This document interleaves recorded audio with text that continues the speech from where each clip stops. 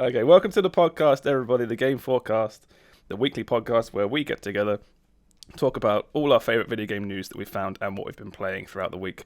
My name is Josh, aka BottlerWorks. I'm here with my three usual chums, Will Olivemeister. Hello, my name is Will. They should have kept his helmet on. A Quikwix Steve. Hi, my name is Steve and I'm addicted to video games. Yeah, that's fine. And Sammeh.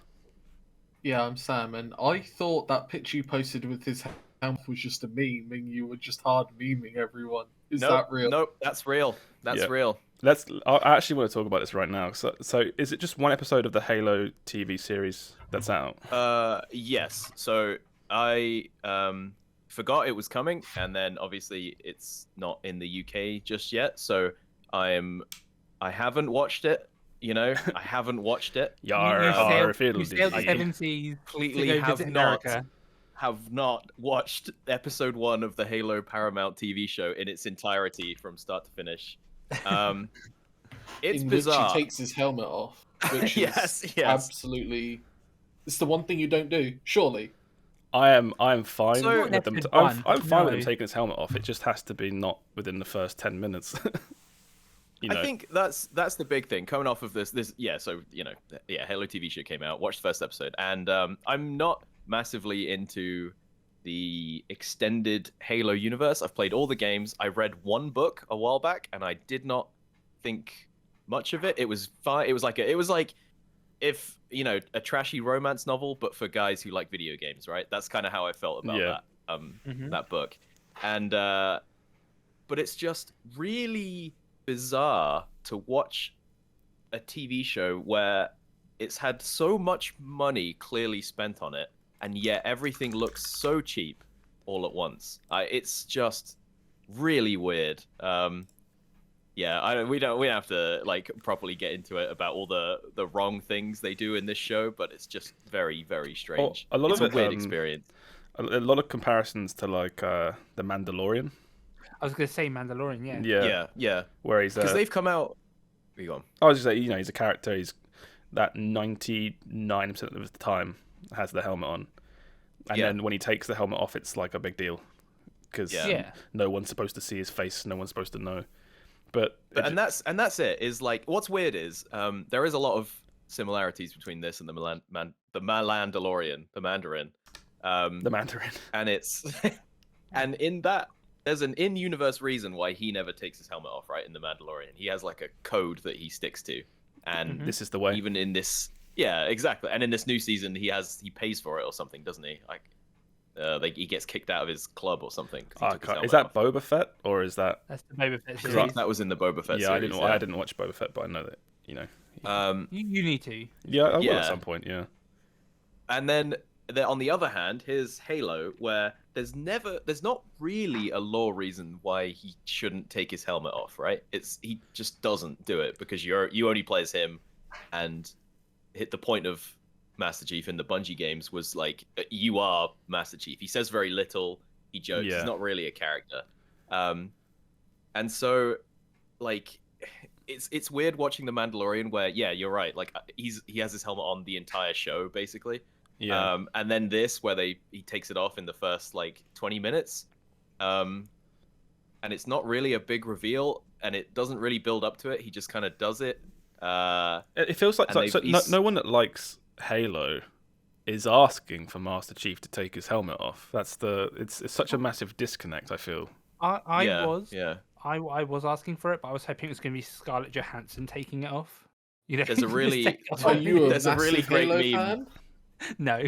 There's a really great meme going around where it's someone who shopped it and it's him taking his helmet off and underneath it's just another helmet, Well, that's the thing from which is the joke the original game. Yeah. Yeah. There's a shot in Halo 1 where as it's ending, it's like zooming out. He sat in the cockpit of a spaceship, and as the camera's zooming out, you see him take his helmet off, but it's covered. The angle is like you can't see his head, off you can't see screen. his face.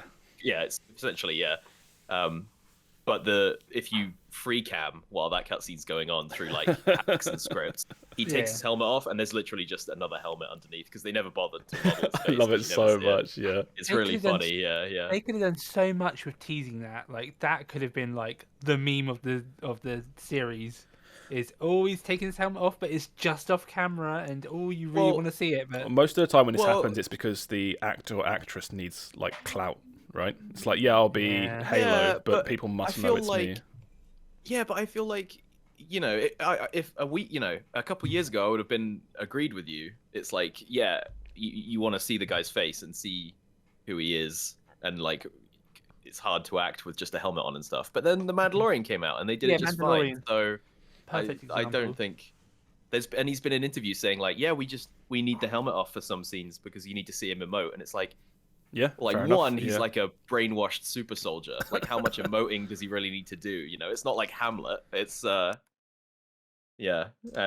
two, it's the reveal just fell flat completely. It's if he did it in. It's too early. It's too early. It's too early. They didn't build to anything. Mandalorian takes his helmet off like the end of the first season or something like that. Yeah. It's really far in. Midway through season 2, I think. Is it season 2? Well, no. So. He takes it off, but it's like you don't off see screen, it. And then it's like at the final episode or the final, somewhere near the end, like right at the very end, he's like, someone else takes it off for him, doesn't it? I remember in The Mandalorian when he took the helmet off and it showed like a front on scene of his face, and I remember physically feeling like, oh shit, this is kind of cool. It's almost like you're not supposed to be seeing it. Because it's hidden so much throughout the season. Yeah. And I don't know. Like you say, Master Chief is in Master Chief. I don't care what he looks like. and it's like, you think it would be like dramatic, right? Because the way it's set up is he's like a super soldier. He has. He's been messed up from birth to be this like killing machine. Yeah. And then he takes his helmet off and it's just some dude. Like, no, I like the actor. I think he's good, but he is just some dude. The end of the day, he's not even battle scarred or anything, is he? He's just a guy. No, he's not. He's just a gruff looking. I'm gonna find it. I wasn't showing it because of spoilers, but I'm gonna fucking show it. I don't care. So, no one cares. No one cares. Other than Helmet Gate, is the series like? Gate. Are you looking forward to watching more episodes? So the first half of this first episode is it deals with the Covenant attacking. Yeah, that's the guy. Yeah, it's just like, man, I don't know. It's weird. So the first half of this first episode it deals with Covenant attacking this rebel base, and it's insanely violent. I'll say that, like to a shocking degree. Like there's like purple blood flying everywhere and. No, like people dying, very graphically. People dying, like not just like a puff of smoke, like graphically people getting chopped in half and things like that. Why?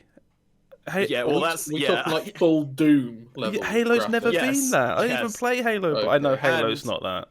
And to children too. You see children violently die, and not just the men, but the women. And the children, and it's like in some ways that's like, oh, you're like, it makes you sort of like, oh, okay, we go right, okay, this is, and it makes you feel like, oh, okay, this isn't your mum's Halo, this is they're taking this seriously. This is like an actual war and stuff.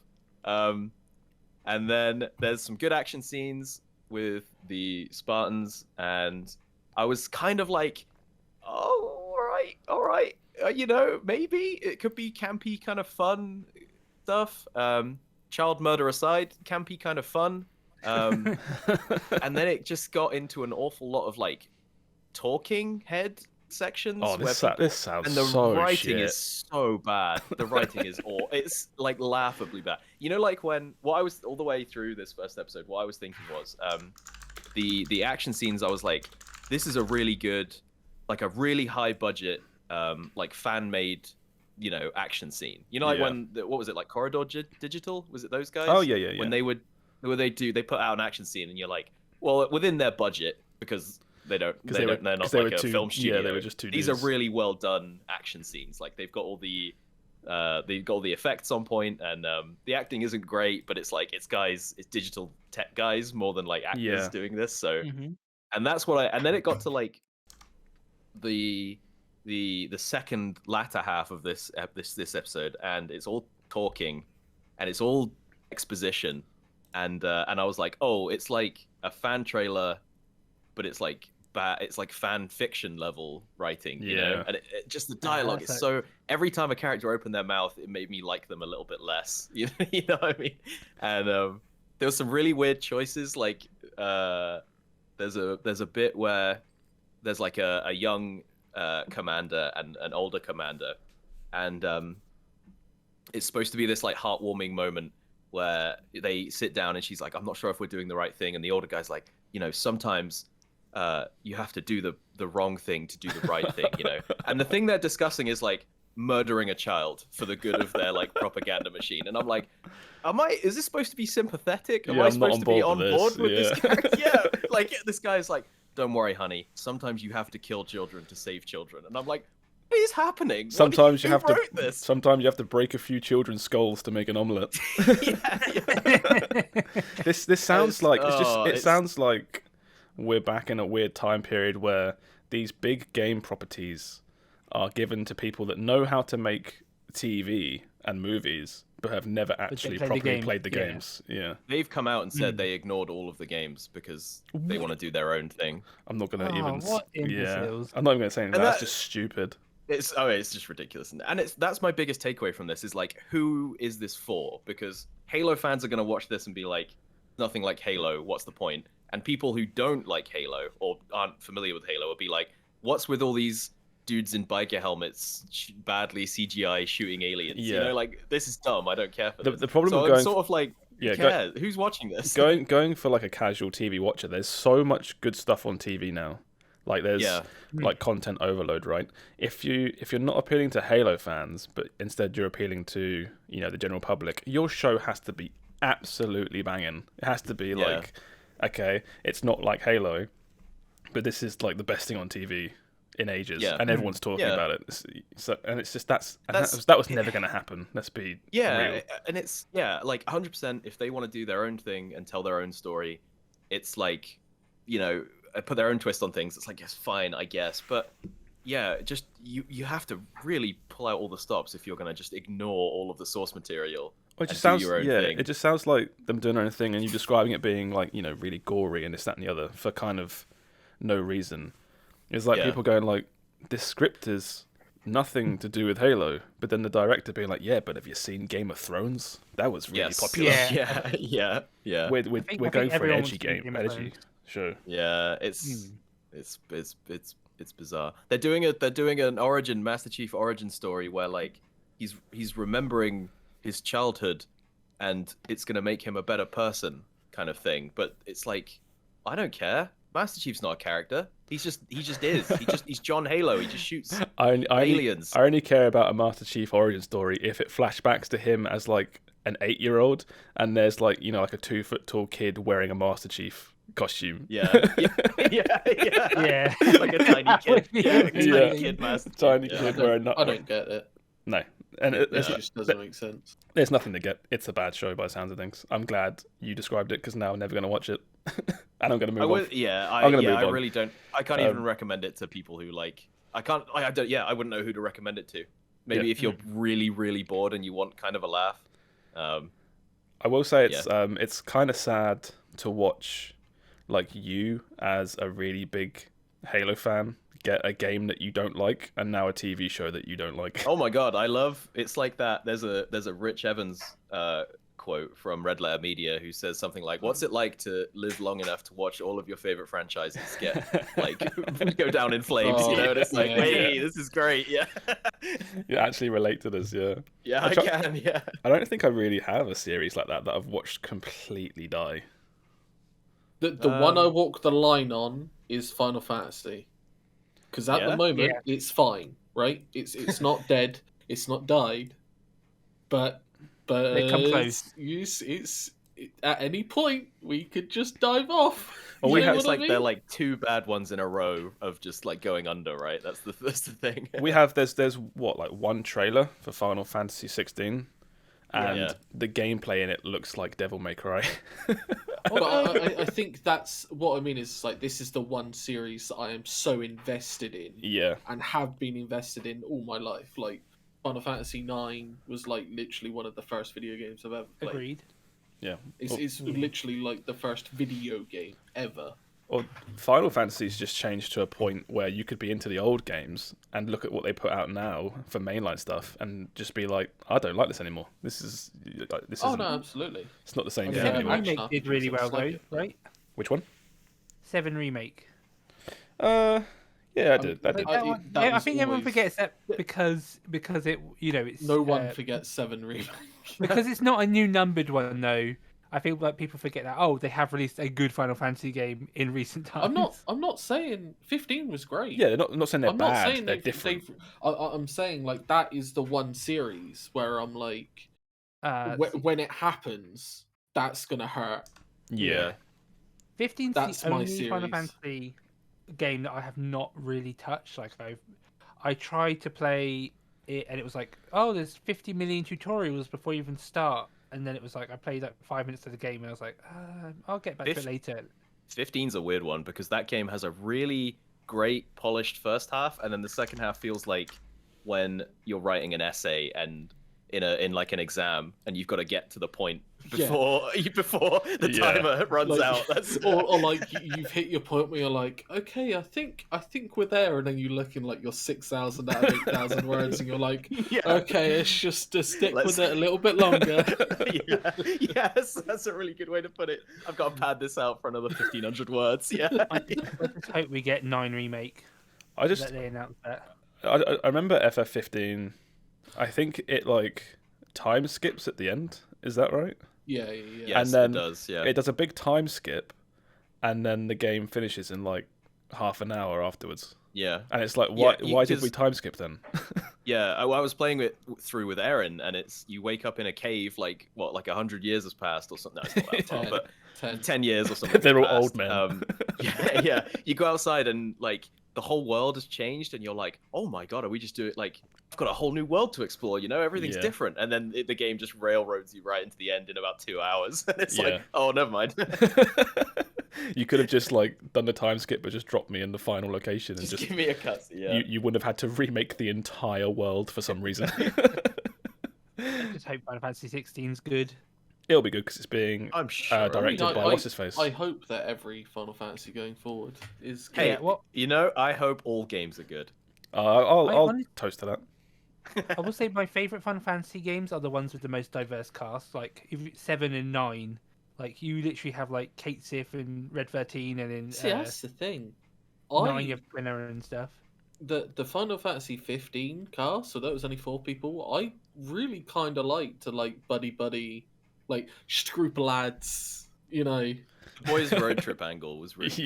Yeah, I did like that was actually like one of the best selling points of 15 for me. No, for me, I'm like I need different characters, or for it to be like a Final Fantasy 5 or like 10-2, where it's like you have the same characters but they have different jobs. Yeah, that's what appeals to me. No, you are right. There is something about like a Final Fantasy game where you get to the end and God is coming down to destroy the planet, and the whole main cast, Final Fantasy game. The main cast are at a bar somewhere, like lads, like doing shots or something. Oh, dude. Yeah, it's I think it was good. I would like to see more like weird shit. It's like Steve says. I like the idea of you look at your final like party lineup and you're like just like this is a mess. Like there's a cat kangaroo. Here. My party is like Brum the talking car, a random like a dog. Stop trying to make your own thumbnails, Josh. I'm just workshopping it in my head right now. Yeah. I always think it's funny. They always do this in Final Fantasy games where you'll have played with the same party for like maybe a couple of ins and outs characters, for a good like 50 hours or something, and then they'll just randomly drop another one out of nowhere, and you're like, who? I don't care. Who's this guy? I haven't played. He hasn't been through what we've been through. You know? Why is he in the party? It's like the blue lion guy from 10. I remember him. There's the redhead guy from FF9. Right? Remember that guy? Oh yeah, Amaranth. Yeah. Amaranth. Yeah. And it's like, what are you doing here? FF9 is a really weird like thing in my head because I streamed that game, and I'd never played it before. And I finished the whole thing on stream, and I had like people in chat name all the characters. So I don't know any of their actual names. It's like when you're talking about the redhead dude, I was about to go like, oh yeah, Nakali, who is the dreadlock man from Street Fighter 5. Real quick, do you guys normally in FF games do you rename your characters? I never normally rename characters. No. Never. No, I don't either. It's always weird when you go over to I go over to my cousin's house and he's got his Pokemon game and he's got his main, he's got his Pikachu and it's called like Zappy and I'm like, what is wrong with you? I never rename the characters. I mean, even when I do character customization, I tend to just call my characters like Sam. Like my Elden Ring character is just called Sam. Sam. Yeah, I used to call Why them is that so funny? Now I just call them like fart or something. I've noticed. Yeah, butts, fart, whatever. But then you get the end cutscene where butt fart is dying in the arms of like hairy leg. Yeah. I'm gonna transition straight off this into Stranger of Paradise, Final Fantasy 14, because let me just bring up a picture of it. But I have finished that game now, so I'm 100%? Not 100%. I saw there is Endgame, right? Mm-hmm. And I saw what it was in front of me, and I was like, I don't really want to do this. That's fair. How long did it take you roughly? From start, ballpark. Yeah, from start to finish. Or my finish time was about 18 hours. But there was like a good 2-3 hours of AFK in that. It did. It's quite short. It is, for an FF game. I would say like it's short for a Final Fantasy game, but an RPG. This is not. It is an action game through and through. Okay. Yeah. I would compare it more to like, if you're gonna like compare lengths of the game, I would try and compare it more to like Neo or to like Devil May Cry, or something like that. Okay. So I think I'm not going to go crazy into it because I explained a lot of the game last time. But it does that thing that I think was kind of obvious was going to happen, where it's all like haha jokes, memes and stuff, right? And eventually it gets to the point where it does have to like try and explain some of it. And does it stick the landing? So that's the weird thing, is that I think the second half of the game, it was dragging a bit, and not because of like length, but I was like, okay, the story's kind of getting a bit weak now. Yeah. Because it starts itself up and then it becomes the normal story of like, go to the 4 crystals basically, the wind, earth, fire, water crystals, and your typical Final Fantasy generic story. Yeah. Mm-hmm. And when you get into that bit, it's just you're kind of going through the motions, where it's like you go here, you complete 2 levels, you get to a crystal, you get to a boss, Jack tells it to like fuck off or something, and you kill the boss and move on. And you do that for like that's what the bulk of the game is basically. And it's still good. It's still a really fun game. But then the ending, which I'm not going to spoil because I think it's brilliant. I found it really sticks the landing. It's just got a really interesting ending. Okay. Because you hinted last week that you were like, there's some more. It seems like there's more going on here than face value. Were you right? Is there I was weird shit going on in the behind the scenes? There's weird shit going on, and it's one of those things where it's in a really weird position because this game is really important to the lore of Final Fantasy 1, which came out 35 years ago. No way. Yes. No way. Yes. That's why the ending is so good. Because, and again, I'm not going to spoil anything, but the stuff it does at the end, I was like, this is amazing. I love this. Is this like you turn out this dumb Monster Energy Gears of War playing protagonist. He's like integral to the entire Final Fantasy universe. His name is Garland, right? Yes. Which is the first boss you fight in FF1. Yes. It is hella important to the lore of Final Fantasy 1. My God. I can't say much more than that without spoiling a lot. My God, Final Fantasy 1. Yeah, it goes places. It does really weird stuff. It's got a scene at the end where it you know when a game just does something or a movie does something and you go like, oh, that's really cool. No, I wouldn't know that. I haven't seen any of my things do that in a long time. I would actually say, if you're going to play this, go to like Wikipedia or YouTube and just get a really quick plot summary of Final Fantasy 1. I'm not going to tell you to play Final Fantasy 1. That shit's ancient, right? Very quick game though, but yeah. Yeah, but like you don't have to play FF1, but have a rough understanding of what that game. I wish I did now. Because I had the ending to this. I was like, oh shit, this is really cool because I knew what was going on roughly. And then when I watched the plot again of Final Fantasy 1, and I was like, oh okay, this has just gone from cool to like really, really cool. I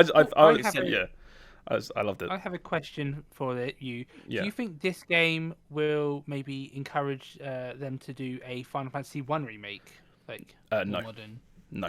No, okay. No, I just wondered if like it was like that. Done FF1 multiple times. A few times. Yeah, I think it's Yeah, but like like a FF7 remake style sort of thing. I can't see that ever was happening. that impressive. Okay. I don't know if any other Final Fantasy will get a remake like FF7 did. No, I don't know if I could see maybe 9. Yeah, but like FF7 is the perfect intersection of like it's really old and looks shit and everyone loves it. Like 9 is still completely playable with just HD. 10 still looks pretty good. Yeah, I would with say like 10 a HD maybe remake. In like 10 years, I could see 10. That's the thing. 10 already got even remastered. as we get older, 10 still really holds up. Yeah. Yeah. Ha ha ha ha ha. See, all right. No, but I'm not gonna say like Blitzball. 10. I could see 10. Ride the shoe puff.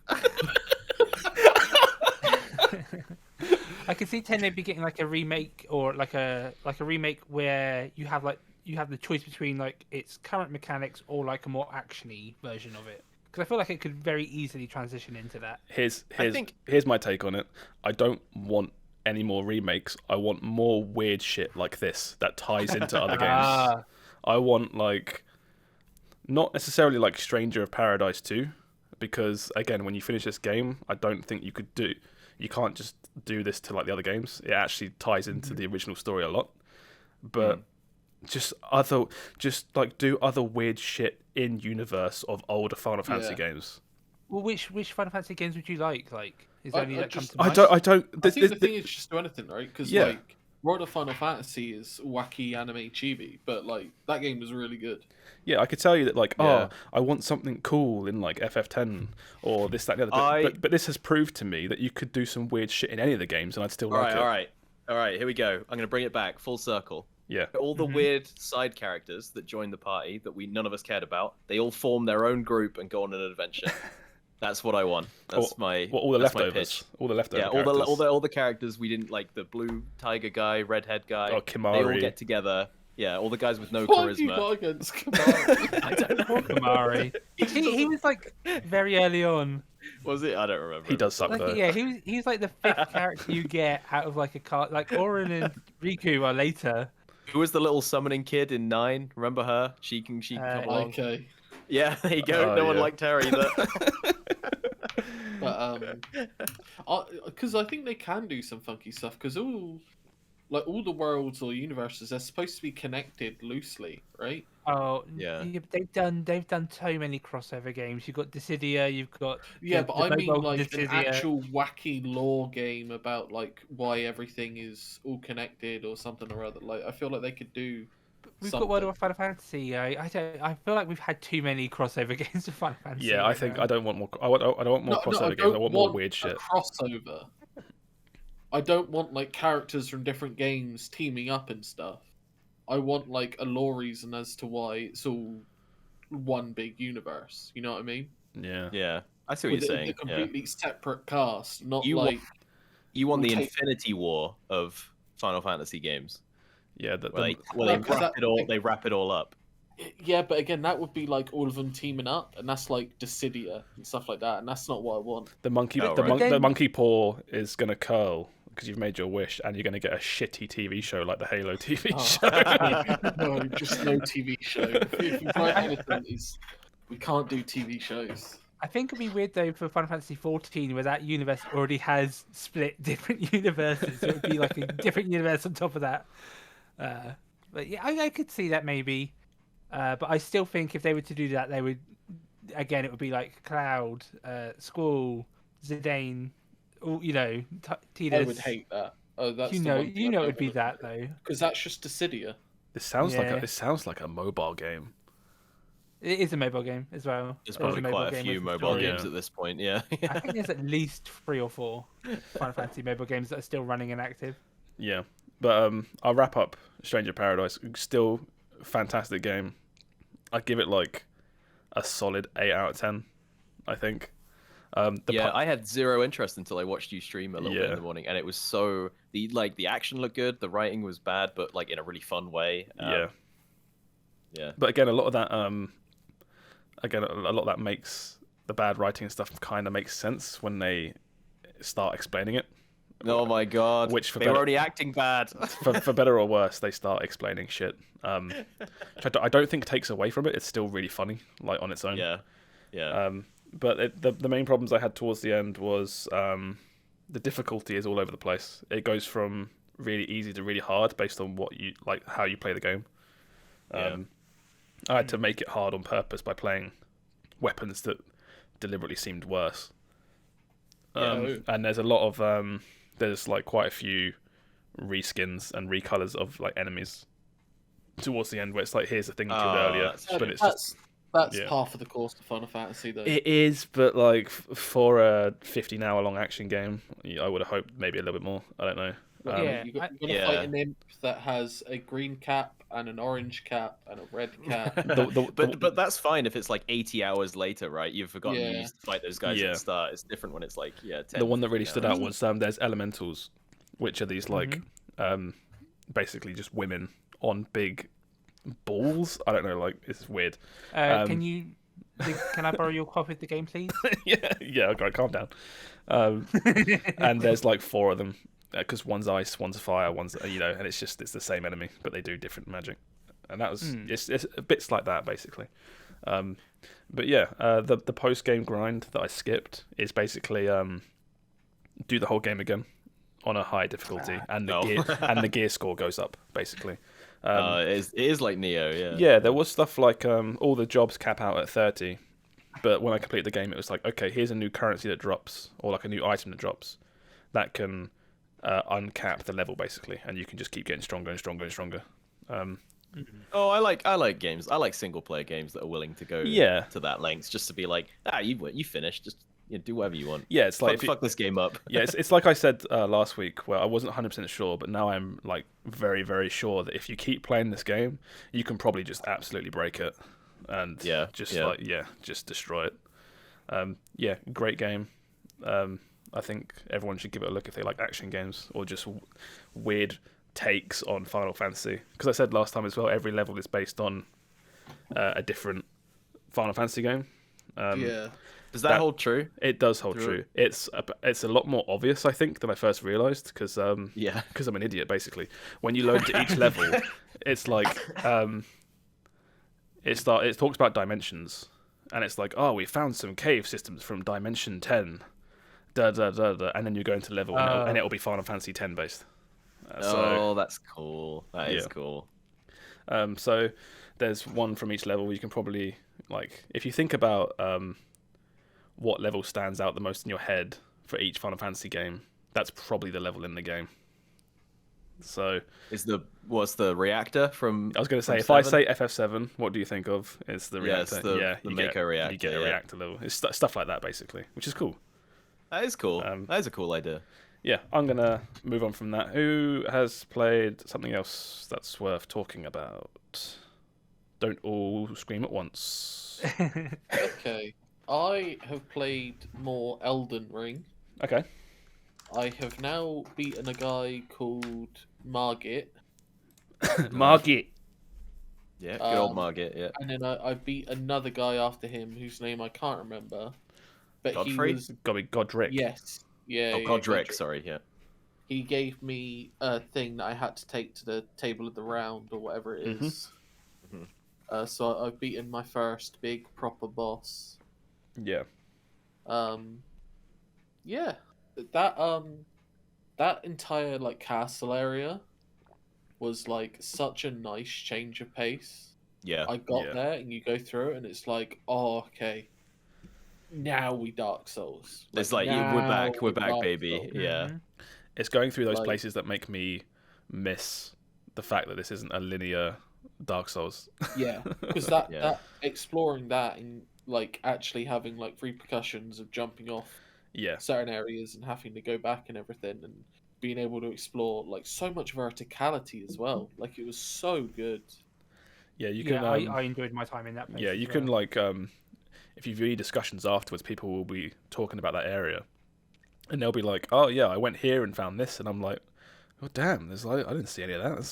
It's like a whole other area that I missed." There's some fucking birds that like have barrels that they drop on you that explode. The worst mob in the game. Yeah. So no. See, it turned out I'm their worst nightmare because I can throw fireballs to explode those bombs before they drop them.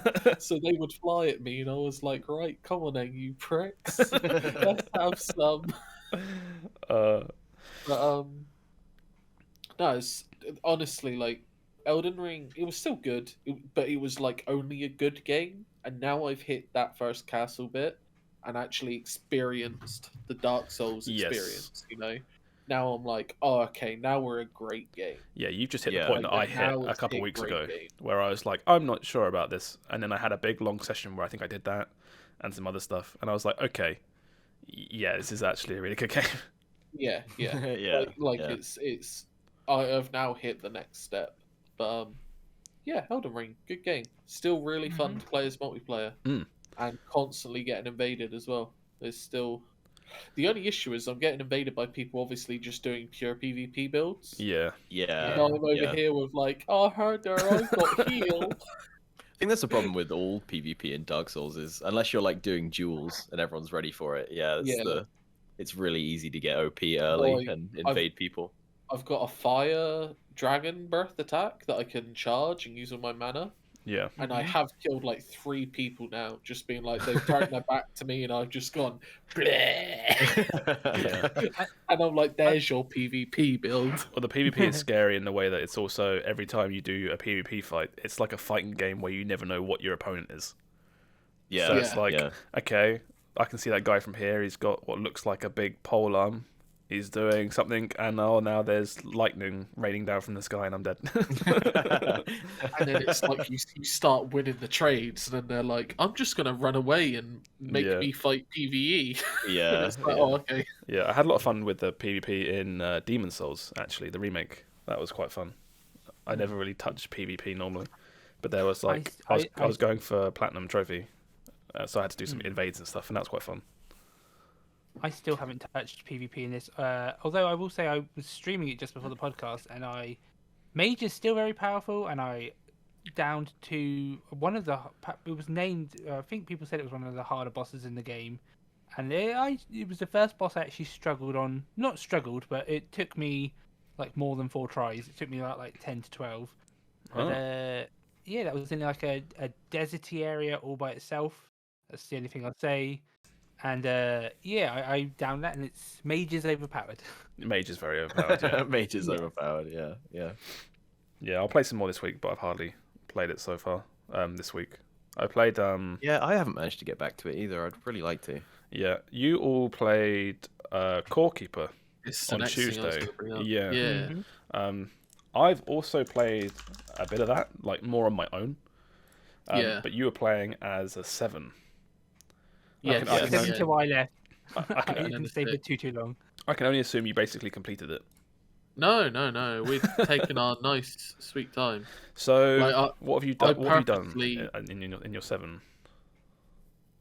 We killed one boss, I think. We've killed one boss. Is that the slime? Yeah. That's I might be at the same point that you're at then, on my own. I mean, I made a point that me, Welchie, and Matt, like, we weren't just gonna run off and start like unlocking everything, because obviously we knew what to do, where to go, stuff like that, right? So I mean, had to sort some work stuff out while we were playing, so I was literally just tending to the farm for like a solid half an hour. What do you think of that game? Yeah, no, I like it. I think it's really good. I don't know if I'll stick with it for now. I don't know. It's like it definitely scratches that Terraria itch for me. I can definitely see the loop of what the game wants me to do. I killed the slime boss on my own, and it gave me resources to like the next boss, to find where the next boss is, which I thought was pretty cool. It goes like, okay, here's your next one, and then I assume you just kill that one and you get resources to find the next boss, and it just kind of loops. There's those 3 statues at the start, right, which kind of look like they want things. Because I did that. I put something that the boss dropped inside one of those statues, and it unlocked a few bits, which was quite cool. My one critique is I don't feel like it needs both hunger and health. I could deal without the hunger mechanic and just have health. The hunger doesn't really add I almost much. didn't. There's also but then I don't know. But then I like the farming. I don't know. It's the thing. I think if you take out hunger, you just completely take out all the farming stuff. Really, you could have that to regenerate your health and give fancy effects and stuff. I'm not sure. Just the hunger mechanic. It was like it felt more of a pain to be like, oh, I got to find food and farm when I was enjoying mining, and exploring. I'm not sure. I think just the hunger and the health. I was like, I could deal with one, without one or the other. The game has quite a few bits where I look at and I feel like it needs more polish. I don't know what I would change, but it just doesn't quite feel there. Yeah, if that makes sense. It's missing something. Small. Yeah, it's early access, right? So it's give it time and still very fun though. Oh yeah, it's I think my problem with it was I think 7 people is too many for that experience, because I feel like we never struggled for resources. I would go out and mine, I'd go out and be like, I'm gonna make myself a set of iron, and I come back and there's 500 iron already smelting because someone else has already got it, So after a while, I was just kind of sat in the base I haven't really got much to do right now. I'll just hang out, I guess. And it's that's the problem with these games, multiplayer. Yeah, it did. But I feel like with Terraria, there was enough stuff to find that you could all go off in a different direction and find new little things for yourself, sort of thing. This one felt like, I'm in the first biome and everyone has already found everything in the first biome, and then you go over to the second and it's within we've already found everything we need from the second biome, sort of thing. And it's all very regimented, and there wasn't as much weird secret stuff to find. Yeah, I'd say as someone playing it on their own, it's a very linear progression, I feel. Yes. So playing it on my own, it's kind of, it solves that issue, because I'm wearing copper or whatever, and I'm like, right, okay, that my next progression is clearly tin, so let's go find that. And what you're describing is you're making that same discovery, but then you go to the box and someone's already found it. Yeah, pretty much. Yeah, it felt like we needed maybe 1 or 2 people out there grabbing stuff, and then anything else was just excess. You could hold back so many resources at once. Yeah, I really didn't feel like we were ever. It wasn't ever all right, guys, let's all go get our tin, sort of thing. It was no, one guy can go out with a pickaxe and bring back everything they need for all 7 of us, sort of thing. Yeah, I think some things they could do is either when you're above 5 players, because there are classes in the game, but it doesn't really matter at all.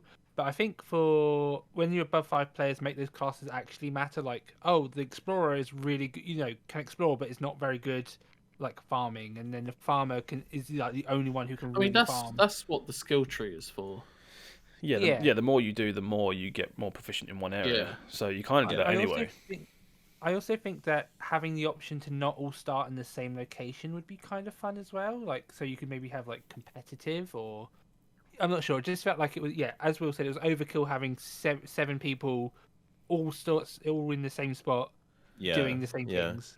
But the same thing happened when everyone played Terraria together. And I understand that Terraria is a bigger game, but I would turn up at the start, and because I'd never played Terraria on my own before, stuff was just happening around me. And it was always like... And I was like, why is this not happening? Exclusive to Core Keeper. Yeah, it all happened in any of this time of year. It's just, the big reason I wanted to play this as a big group is just to try and get everyone. Yeah. I had a lot of fun. I had a lot of fun hanging out, and it reminded me of like how much I miss getting all of us in a call and playing like Siege or Minecraft, whatever we were doing. You know, felt and it was really bad because I had spoken to Lewis about playing this game. Yeah. But obviously there was a player cap, and we hit that player cap really quickly. Yeah.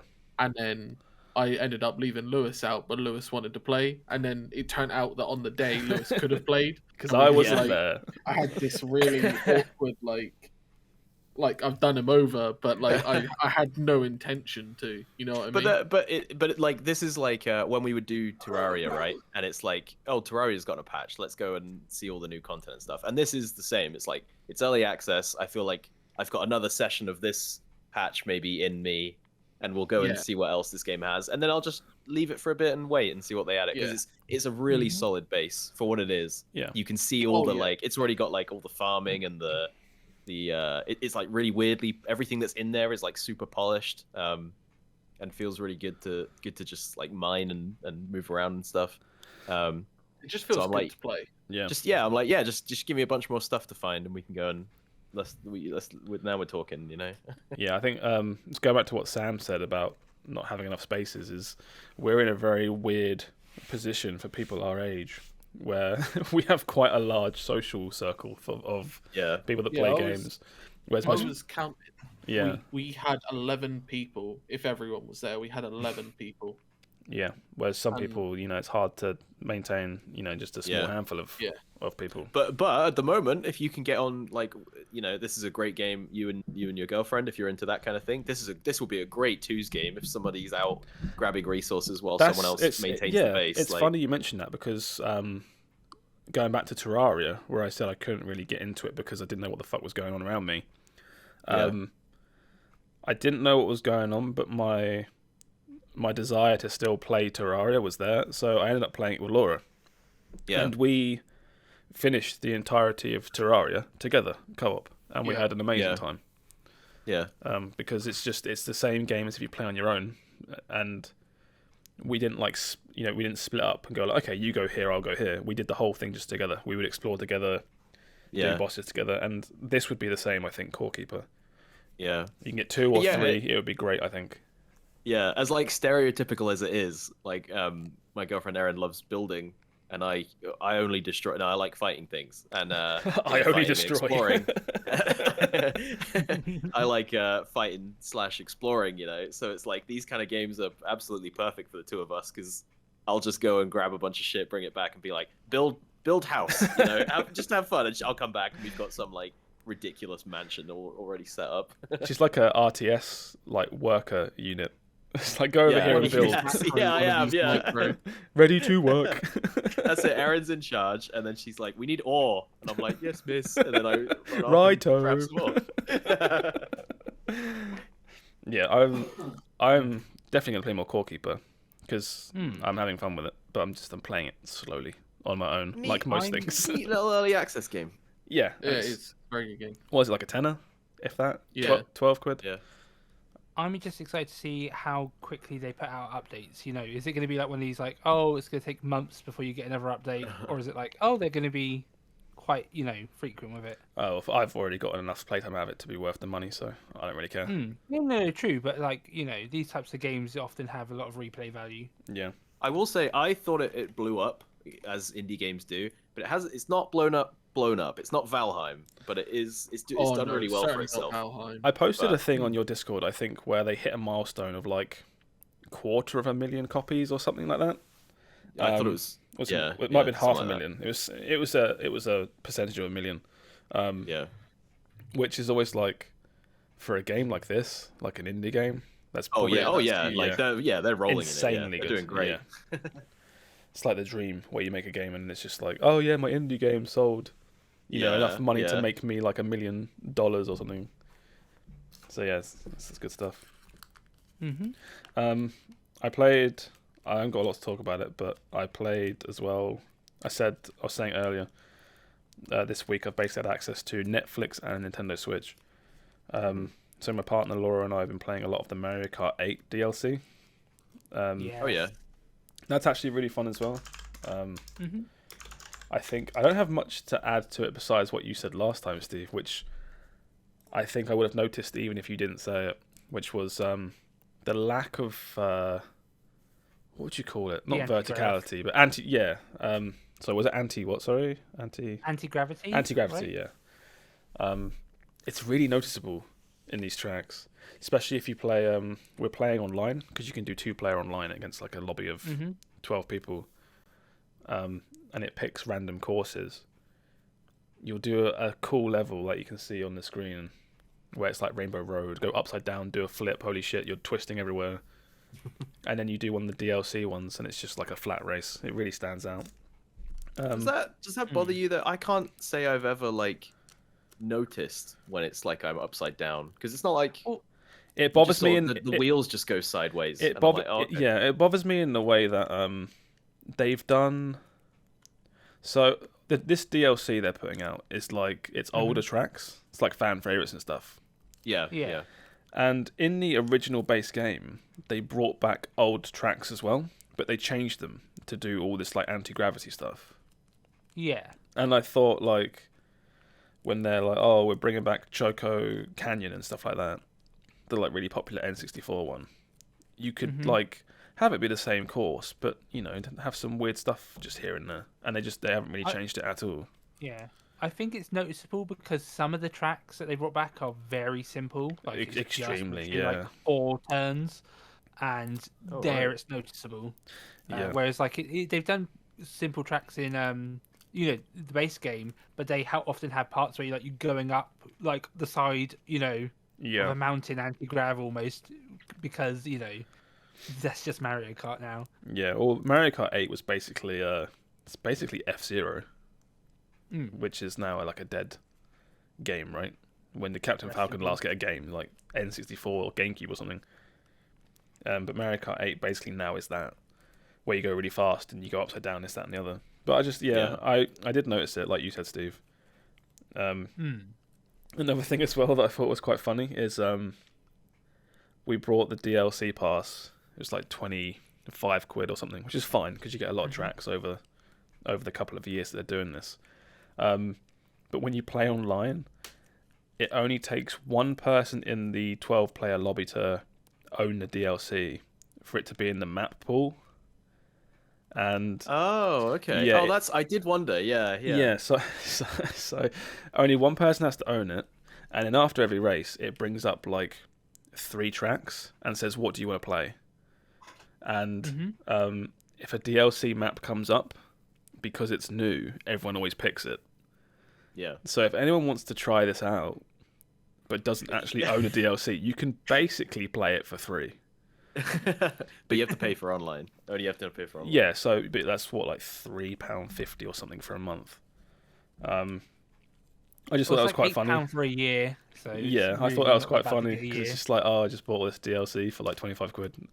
It's just like you can just basically play it online. You can just play it anyway. Yeah.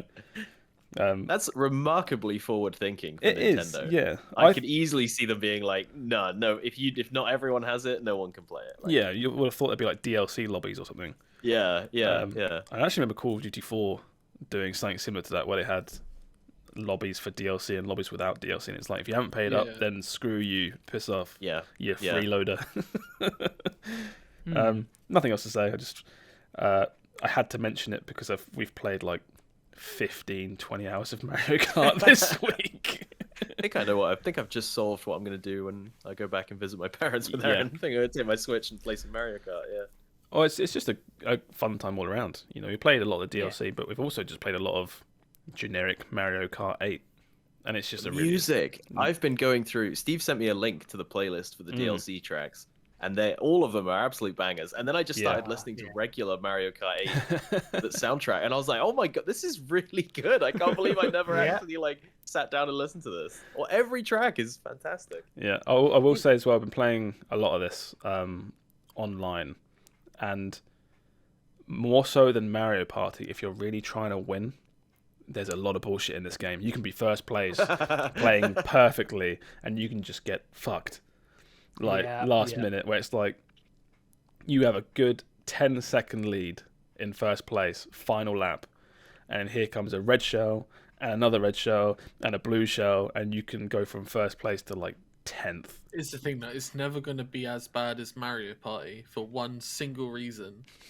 You can play Mario Party over like 3 hours to be robbed at the very end. I don't know how I feel, because if you do you can do 3 races in a row where you get robbed every time, and it's like, kind of about to throw my controller out the window. Is there like potential for a competitive rule set for like Mario Kart? Because that's not a thing. You can't do like items, final smash or whatever it's called, right? In Mario Kart, but could you see that being a thing? Laura and I were actually talking about this, where I think again I was just off of a streak where I was like first or second for like 4 races, and I just got fucked every time. And I was like, I wish I could just turn items off. And she said, "Oh, what's the point of that?" And I said, "You just race. The better racer wins." And at that point, I was just like, should I just be playing like Gran Turismo or something? Like, am I playing the wrong game? But I know what you mean, because I feel like once you hit like a flow in Mario Kart, you could really get into like drifting through all the turns and getting the perfect boost and stuff. And it must be, I'm not a big like racing sim fan, but it must be the same kind of feeling there, where you're like hitting every apex on a bend or whatever. Yeah. And it like, there's some really fun, and then you get hit by a shell, and it just like, you're just like, it took me right out of it. I was in it there for a second. It's like playing Gran Turismo or something, and you're doing really well, and then right on the last lap at the end, someone just reaches through your windscreen and just like grabs your steering wheel and yanks it to the side, and you're like, okay, I just lose now. I'd like to see it just as, and they're like, I'm one of those people who's like, you know, when your friend comes over to play Smash and they're like, all right, no items, final stage or whatever, every time. I'm like, fuck off, we're playing Smash. What are you doing? But I could entain like Mario Kart, no items, like just racing. I think that would be I don't think it was harm. Like the Ghost Time Trials though. Well, so. What do you mean? No, but I want everyone on the track. I want like 12 really good Mario Kart races, and that's trying their best. That's what Laura said, where she said, if you want that, go play against Ghosts and Time Trials. I was like, no, I want to beat people at racing. I want head-to-head, yeah. I think maybe we're like green shells only or something, you know, like, or just not boost the bullshit items. Because they can take shortcuts. Yeah, maybe some limited items. Yeah, like boosts, maybe a green shell or a banana peel or something. Yeah, like low impact items. Yeah. Just not like insta win blue shell or red shell or whatever. The amount of times that I was like, I got into lead and it's like, oh, lightning, or like I was behind, because I was often last few weeks playing with a friend, and the amount of times that she would get ahead and I'd be like, oh, I've hit her with a red shell, now's my time to catch up, and it'd be lightning bolt. It's like, the great equalizer. Or like Nintendo's still got a massive hard on for every game they make must be a party game. Which is why Smash Bros has Smash Bros has terrible online and shit ranked, and you know, Mario Party still has like rules to make people, you know, catch up mechanics that you can't turn off and stuff like that.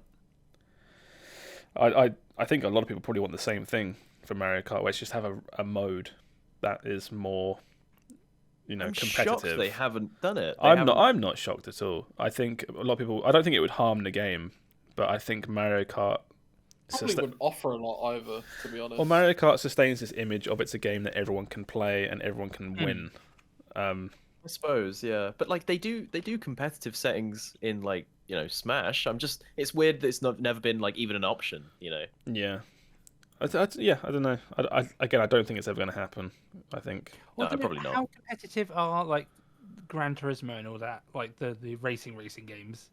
I think they're quite competitive. I mean, ultimately, In terms of what? There's no blue shells in Forza. No. True, but like, are there esports for it? You know, that's what I was trying to get at. Well, there's big competitive racing scenes for them. Yeah, like I know, like F1 simulators and stuff is really popular. If you ain't got an esport, are you even competitive?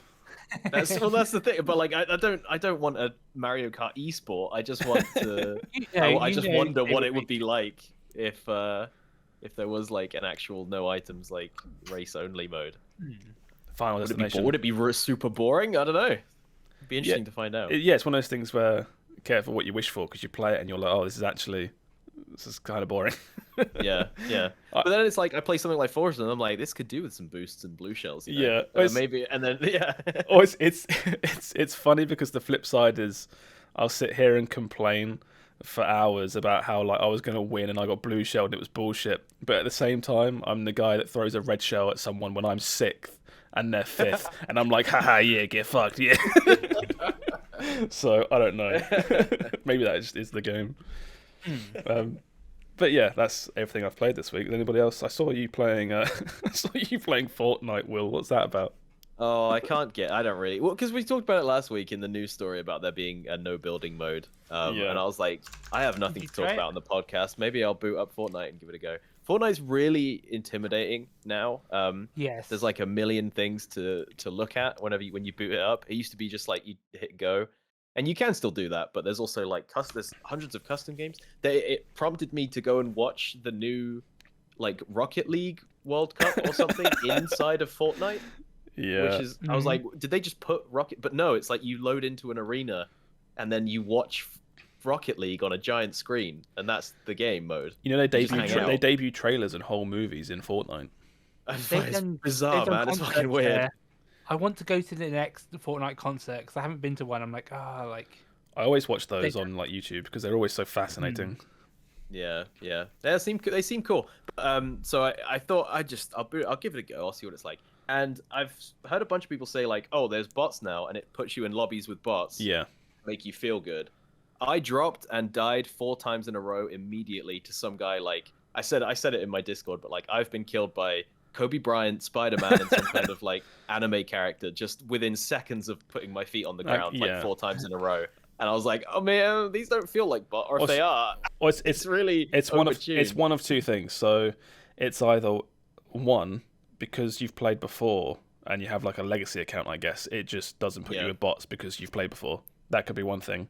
Another thing is, there are games with bots if you're like, playing your new account or whatever, but there's not only bots, there are players in those games.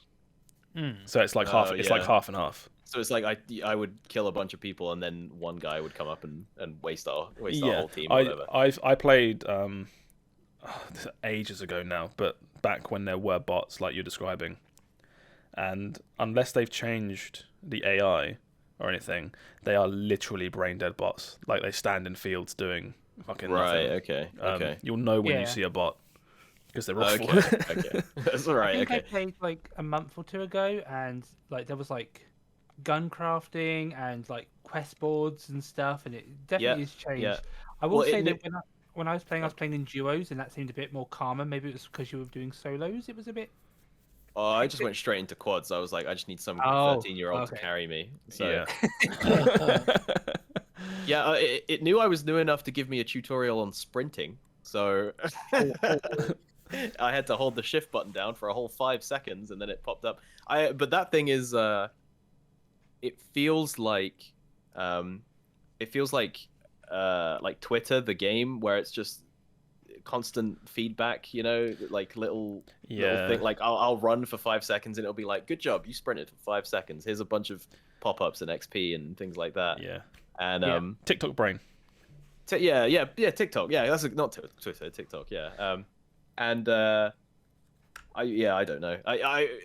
There's like NPCs now that gave me a quest. There was crafting. There was like an invasion or something that happened. It just felt like an awful lot. Like it was really worried I would close Alt F4 if nothing happened. That is 100% what it is. Every 5 seconds. These games now are designed that this is what you play.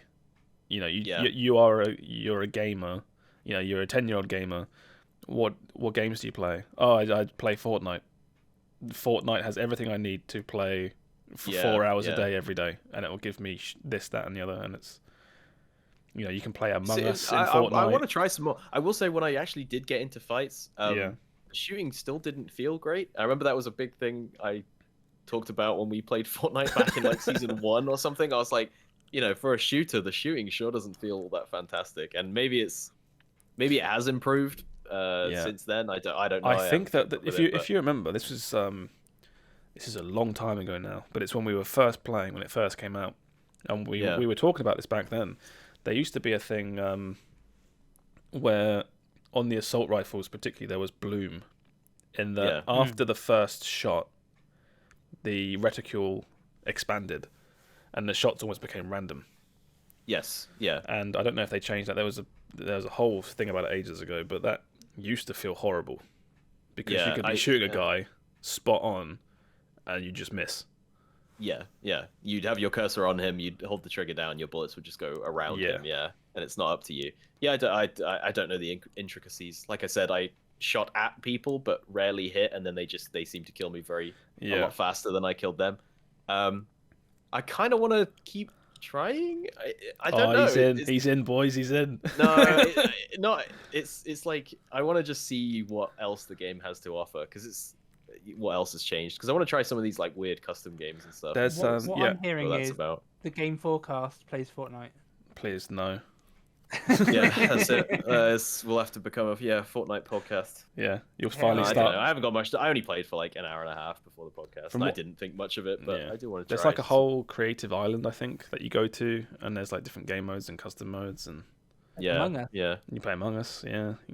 There was quite a cool feature that I wish. Well, I don't know. I don't really play that many battle royales, but like it was like from the menu screen, there was like a thing there was like a big screen that had the map on it. Yeah. And then when I dropped somewhere, it would light that bit of the map up and be like, "You've been here." And then I would run north a bit, and it would be like, light this bit up and be like, "You've been here." And it's like it sort of shows you like, "Oh, here's what you've explored and where you've been and stuff." And it was cool. And it seemed like they had like dynamic, like here's where everyone, like this is a red zone because of player like telemetry, we can tell everybody lands here, so maybe avoid this or go there if you want to. Yeah. And it was like updating a little bit as I was watching. It was cool. Yeah, there's lots of stuff in those games, battle royales now, to make you unlock and feel good about the stuff even if you don't win, because like statistically in a 100 player match you're not going to win. Yeah, you're not going to win, and they don't want you to feel like come off a session losing like 5 games in a row. They want you to feel good. For every game of Fortnite or Battle Royale with 100 players, there will be 99 losers. Yeah, that's a lot of losers. That is. I mean, you're a loser anyway for playing Fortnite, but that's there it is. Yeah. That's beside the point. It's so funny. It's got such a stigma, right? It's like it's so popular that the backlash is like natural. But even booting up, I was like, no, I don't feel good about this. It feels like I was like, should I hide activity on Discord, because otherwise people are going to call me out for even. I called you out almost instantly. Yeah, you did. The thing is, though, like realistically, Fortnite is like the best game of a generation, right? I don't know about the best, but it is the game of a generation. That's the thing. It depends what parameters you put, but like I feel like at this point you just have to give it to it. I mean, yeah. It's not my thing, but yeah. So for anyone listening, we're not children. So these aren't games we normally play, but the games I think of when like Sam's describing like games of a generation or whatever for a certain generation, the 3 that I think of are Fortnite, Minecraft, and Roblox. Oh, Call of Duty 4? Well, for this one. Call of Duty 4? No, not for. I mean, like currently, like as of right now. Oh right. Oh, okay. I was gonna say when we were playing, it was definitely like World of Warcraft, Call of Duty. When we were young whippersnappers. Oh yeah, our one was like Call of Duty for sure, Modern Warfare. Call of Duty 4, Modern Warfare. You have to be specific now because there's sorry. But yeah, this is like, from what I understand, this is what basically most kids are playing now. Every now and then a game, just like Fortnite, and Minecraft is the other one. You're right.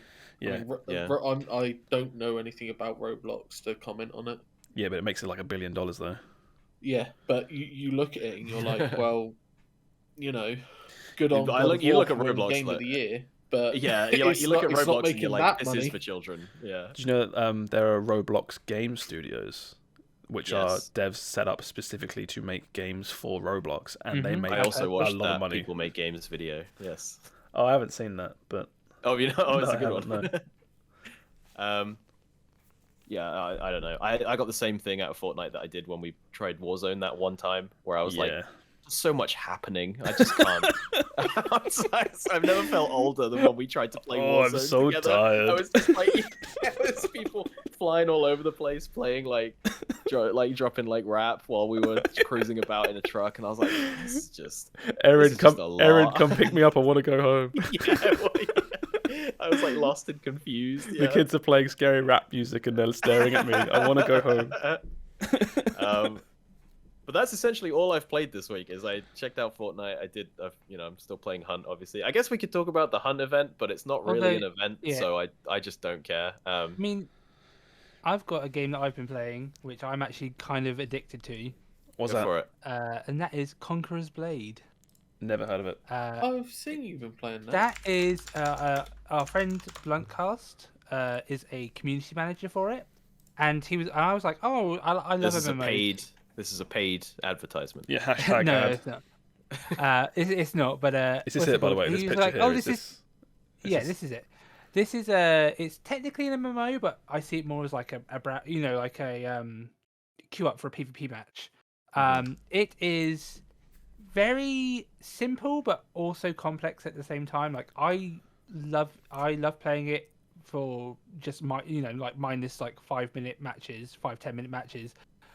It is basically, if you've ever played the Dynasty Warriors where you had 9 units following you, I've heard of it. Yeah, it's kind of like that where you have your character and they have a weapon. I personally have a rifle, but a lot of the weapons in this game are melee. And you have a squadron of 16 to 24 units, which you can kind of command. You can make them follow you, attack, do special attacks, and it's PvP. It's 6v6 or 15 versus 15, attack versus defense. And it is very when I first heard about it, I was like, I mean, it looks. It's an MMO I've not heard about. I wasn't that impressed, but getting onto the game, it's actually really fun. And I will say the tutorials, and there's a lot of menus and stuff. It is a bit overwhelming. It doesn't help you much. It really helped that I had Bluntcast helping walk me through it. But now I log on it every day whenever I'm not doing anything. If I'm not playing with other people, I'm on Conqueror's Blade, just doing some matches. It's very fun. There's because you have your minions that follow you around, and all the players have their minions. And when they die, you can replace them with different ones. It's per match. It's you don't lose them forever. But there's tech trees and talent trees to unlock new minions. There's just loads of them. It's really fun. It's kind of reminds me of Dynasty Warriors meets Chivalry in a way. Reminds me of Mountain Blade or something like that. Yeah, I think it's meant to be similar. But I've been having so much fun on that. It's definitely I would definitely recommend for people to try it out. But I will say it would probably help to have someone walk you through it. And I was because I got another friend to play, and I was like, oh yeah, my account's still new. We should be fine with the matchmaking. But then we played the match, got decimated, and he I looked at my hours played, and it was I was 14 hours, already in. But yeah, it's definitely there's some MMO aspects to it, as I said, but it's definitely a queue up game. And yeah, it's kind of if you're attacking, you have to kind of command your minions to man a door smasher. I can't remember what they're called now. So you play as it's not you play as a single guy.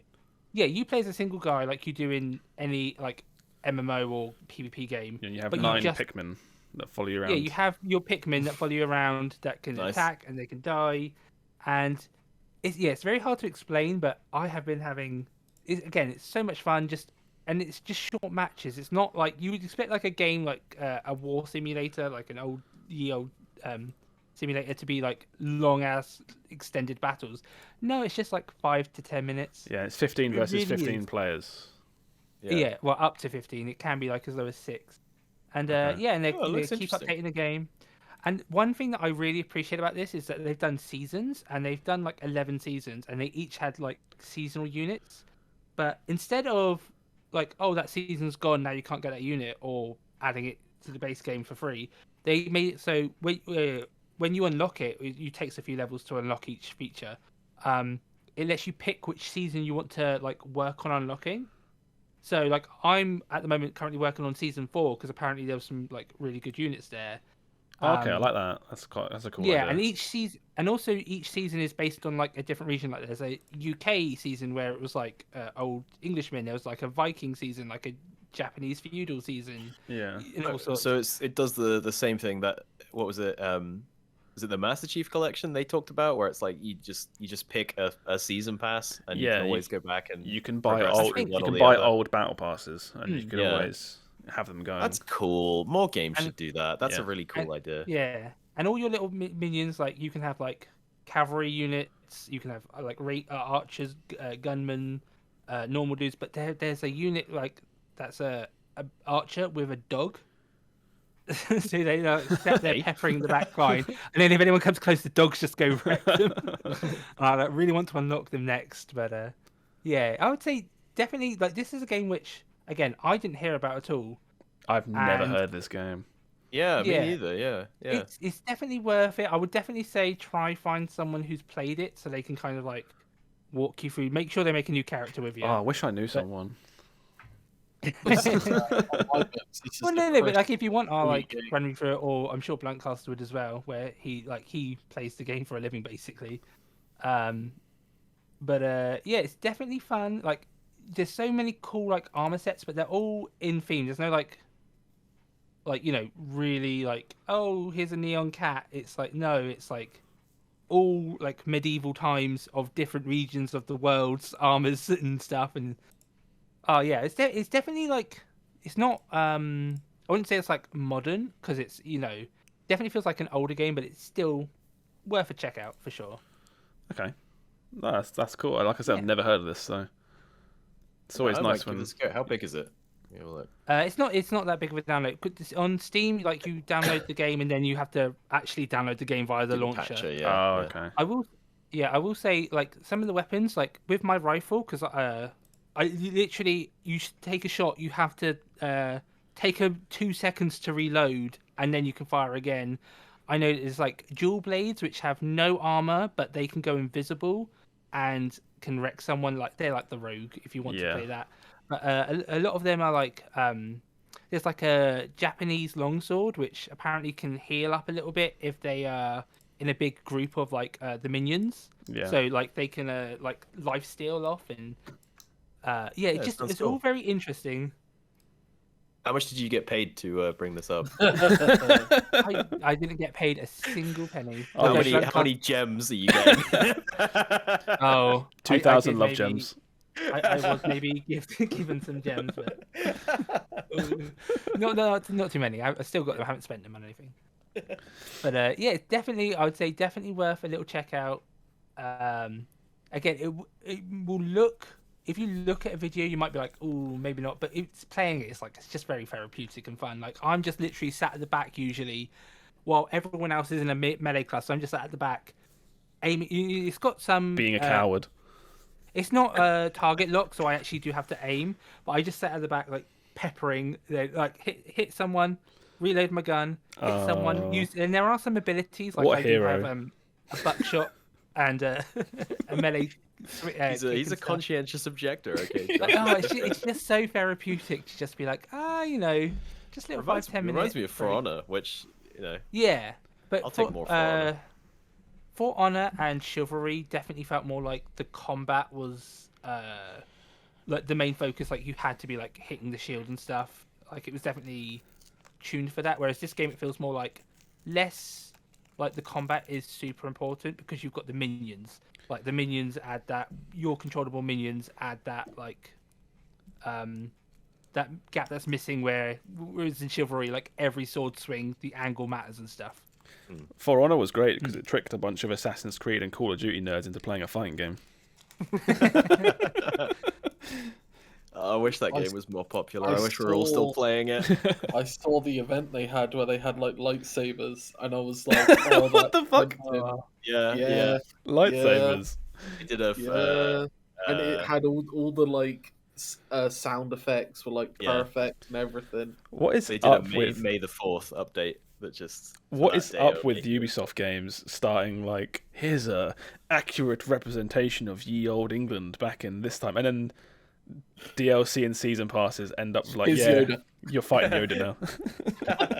Well, they know what sells. Like you get in that initial crowd of like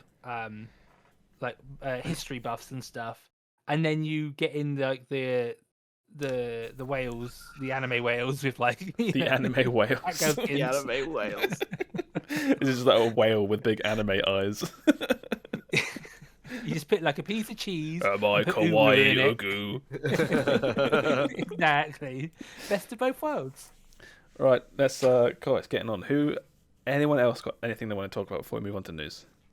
I could go. I just wanted to say that talking about Halo, a game, a series that absolutely does not seem to respect or even like the source material it's based on. I went to see The Batman at the weekend with Aaron, and it was a very, very good film. I would fully endorse. Well, there's Batman in it. That's one thing. What the fuck? just really, really. Yeah, it's good. It feels like it's setting up a new. If they use this as like a springboard to set up a new, DCEU. Yeah. I would be more on board with it because Robert Pattinson is very good. I'm past the point now of having any hope for any kind of DCU. I'm just like, just make a good movie. You made a good movie, sick. All right, cool. Yeah. Oh yeah. Well, yeah. One day I will get a good Green Lantern film. One day. No, it's not going to happen. He's just too dumb, Sam. Character's just too dumb. I have a ring that can make anything, so I made a big hammer. If you like Batman, it's a good film. I mean, it's like preaching to the choir, isn't it? It's like, if you like Batman, you've already gone to see this. my controversial watch for the week that's really good is we've been watching a shit ton of Peaky Blinders. That's a really good show. Oh, I watched the first season of that years and years ago, and I really liked it, but I just sort of dropped it. It's really good. It's just Birmingham gangsters. You fucking come here, mate. I'm gonna fucking punch you in the face. It's brilliant. Really liking that. Let's move on to news. So, oh no, that's the Fortnite meme. We've got. Oh god, this isn't ready. I got to put in my date of birth, which is definitely what I'm putting in now. Yeah. Oh, Witcher. You're old. I'm really old. Witcher 4 has officially been confirmed, basically. I think there was like the TLDR is that they're making a new Witcher series of games in the Unreal Engine 5, which is different from what different. Yeah, everything they've made in the past has been on the Red Engine. I think the fact that they're moving engine is probably for the best after all the controversy around Cyberpunk, which is on the Red Engine. Yeah. Just distance from that, because a lot of obvious concerns about a new Witcher game or anything they make next is will it be Cyberpunk? Your last game was shit. Basically. Yeah. How can we trust anything you say? Exactly. Yeah. Well, I've seen people like question this, and I'm like, well, no. Cyberpunk was futuristic tech where the possibilities are endless. Witcher is definitely a bit more grounded in what they can do and what's expected of them. Yeah. So I don't feel like they can fuck it up too badly. And also, Witcher 3 was great. Like, I think people forget that Witcher 3 was absolutely fantastic. It's odd, yeah, because Witcher 3 was praised so much. A lot of the time makes me think if Cyberpunk was just like the product of arrogance. Yeah, but here's the thing, right? It's like in the fighting game community, you say you're only as good as your last set, right? And their last game, their last game was Cyberpunk, and that puts Bethesda games to bed for like how it's a shame. Yeah. Right. Like when you're contesting Bethesda for most buggiest game ever made, you're not you're not in a good place. You know what I mean? Yeah. When Todd Howard looks at your game and raises his eyebrows, that's you fucked up. Yeah, Todd Howard plays your game. He's like a bit buggy, isn't it? Yeah, he's like, Jesus, guys, come on. But I think after Cyberpunk, this just doesn't work. Yeah. This has 32 times the bugs. Sorry, go on. You see that mountain over there? No, you can't climb that. You can't go there. All right, I wasn't done. Go on, Steve. I think after Cyberpunk and The Witcher being like they did The Witcher proud last time, I feel like this should be a safe bet. Like they're not they know they can't fuck up again. I do, even if they have to delay it. Said in the sense that because The Witcher's like scope is a lot less than Cyberpunk, it should be easier on them to keep it down to earth. Is what I want to say. I feel like you say like, oh, Witcher is smaller in scope, but Witcher was a massive. Witcher's huge. But like... I'm not talking about scope as in literal size. I'm talking as in possibilities. Yeah, Cyberpunk, where it's like tech, you had like exploding penises and all sorts, and But Witcher has magic. Penises are the same thing. Magic penises. Kind of. They had magic exploding penises. But with magic, you're normally limited to like very basic stuff like fireball. You know what I mean? You're not like crafting your own spells. I think you could go crazy. You can go as wacky.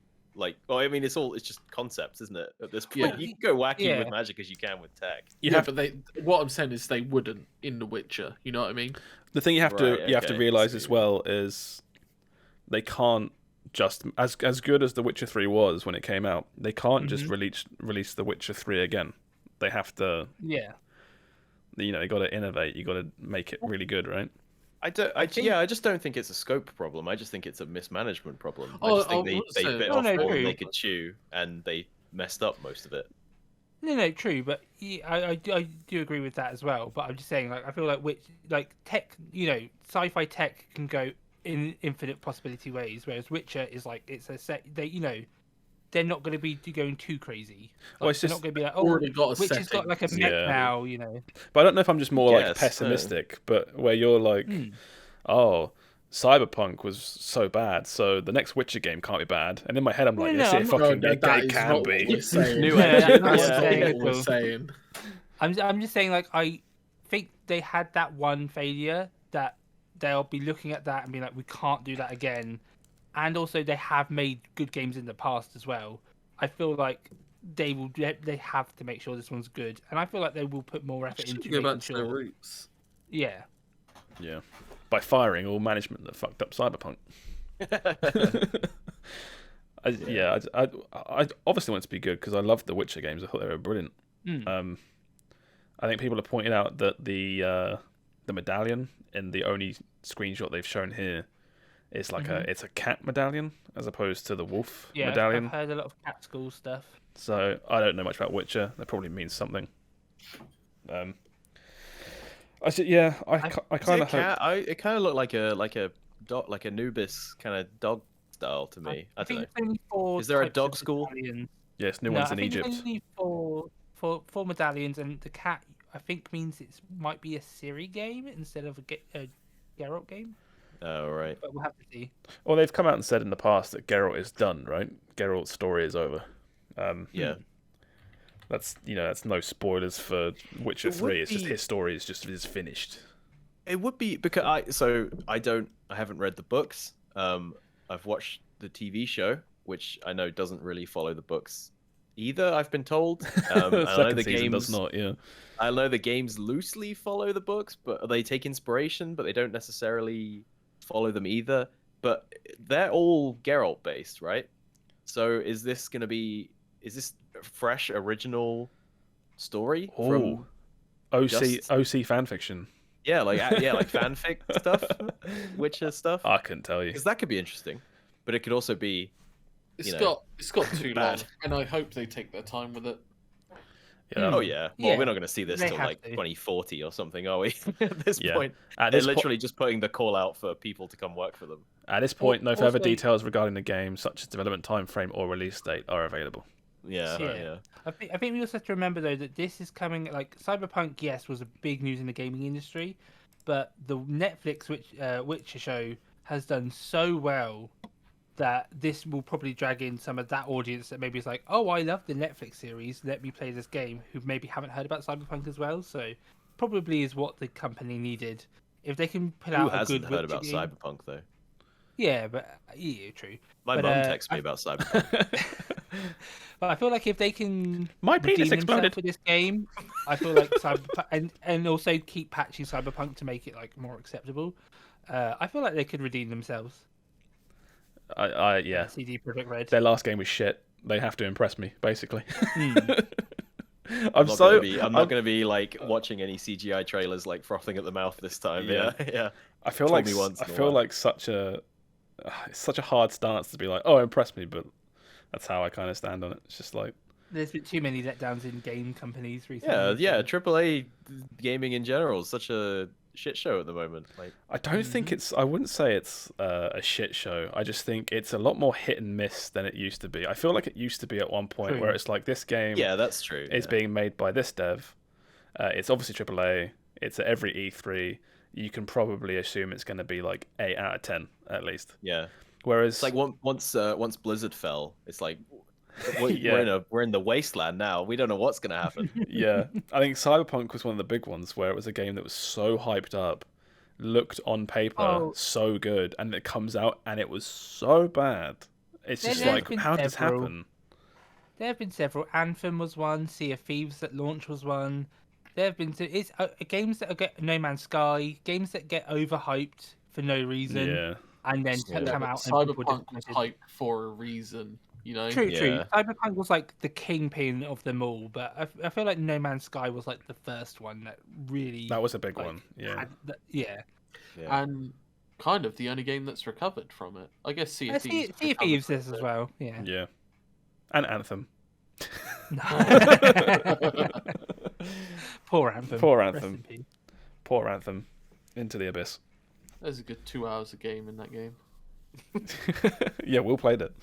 I played through all of it. It was fun. Yeah, whatever, you lie. The game's shit.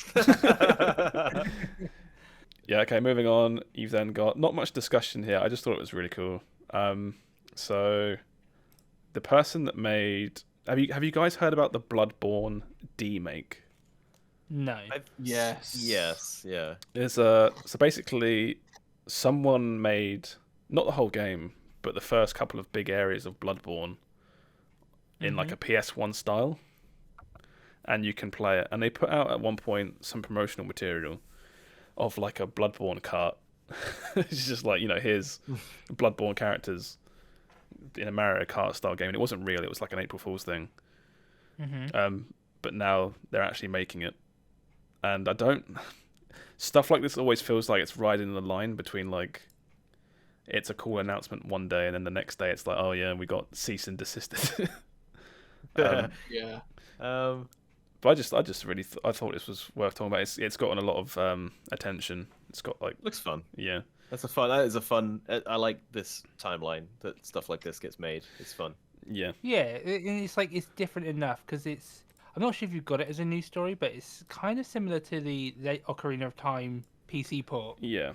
Now where people have literally gone. I'm not sure what the actual term is, but they've gone through and remade Ocarina of Time by scratch. So technically it's legal, but you're waiting to see if Nintendo will cease and desist it. Yeah, you can. But there is like a PC port for Ocarina of Time at the moment. Yeah, there's a PC port for Ocarina of Time. You can. I think they basically break down the source code, right? And you can see, basically how the game's constructed and how it works, and you just rebuild it in a more modern engine. A more modern language, because N64 games and they're all like assembly language and stuff.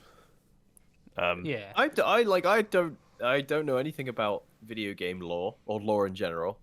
But surely just the fact that like it's an exact copy, but we just made it all ourselves. That doesn't fly, right? It's like with a custom service. They're like, oh, because we're in this country, we can run these before WoW Classic, there was Warcraft custom servers or whatnot. which weren't illegal in a lot of places, but because they were in certain countries, they were for some reason. It's all weird. A lot of game companies will be cool with you doing stuff on the premise that A, you're not making any money, you're not selling anything basically, and B, this doesn't like interfere with anything they may be planning in the future. Where it's like, you know, if you take some old game and someone's project says like, oh yeah, we're remaking your old game to look really modern, and if they're like, oh, maybe we want to do that in the future, fucking cancel it. There is the caveat. There is the caveat of unless it's Nintendo, then they will just fuck you over it. Go after you anyway. Yeah. Nintendo will take your family hostage and shoot your dog on the way out. It's like, you've got a hat with an M on it. It's like, that's Mario. Sorry, no. Bye. It's like, no, it's a cowboy hat with just an M on it. Yeah. It's like, nope, Mario, bye. If you've got a big nose and a mustache. I feel like unless this port is like hosted on servers on the moon, I don't think it can ever be safe, you know? But there have been a lot of fan projects that have come out and been really good, and for whatever reason have been left alone. There was Metroid 2, which was a Game Boy game, now has a remake on DS made by Nintendo. But before that came out, someone remade the entire game in like on the PC and with like Game Boy Advance assets, and it was really good. That was for whatever reason just like ignored, and that was never taken down. I think there's always been like odd little bits like that. I think that don't know the rules. Yeah, I think even randomizers and stuff. Yeah, that's a good point. Yeah. I think the general rule of thumb to stick by if you want to do something like this is to usually do the opposite of what they're doing here. Is that don't announce anything. Like make it first, dump it online, and then get it out as quickly as possible. Yeah. There's the opposite of like, well, at least if they announce it, like if a cease and desist is coming or something like that, at least it comes before they've done all this effort. Yeah. Yeah. I was trying to think of what that remake was called. It was called AM2R, another Metroid 2 remake. Didn't that get taken down though? I swear I remember listening to a podcast about that. So I think it did get taken down, but they did the thing that I was describing, where one day they were just like, "Oh, we made this. It's online. You can just torrent it," and then it was really good. And Nintendo were like, "What the fuck? Get rid of that." And they were like, "Okay," but it's already out now. So yeah, there's always like you get the press for it, and then they're like, "Oh, well, we can't distribute it, but if you type in this code from this website into Google, it will give you a website where you maybe can get it, you know." Well, there was the argument that this fan remake of Metroid 2 is better than the actual one they made for DS. Well, that's why they banned their shit, isn't it? Because at that point, it's embarrassing. Fans will always do better work than actual companies. Yeah, although Sonic Mania hire these people is good evidence to just hire these people and make them make a game for you, and it would be great. Because Sonic Mania was. But they were in a weird situation. They were in a weird situation where all the main Sonic games would, so they were like, "All right, fuck it, you do it." Here's a screenshot of for anyone watching. Let's just open a new tab. That's cool. So because this is the PC port of Ocarina of Time, it's got weird shit like, well, not weird shit, but it's got stuff like wide screen support. Ultra wide, yeah, on a curved monitor. Yeah, that's cool.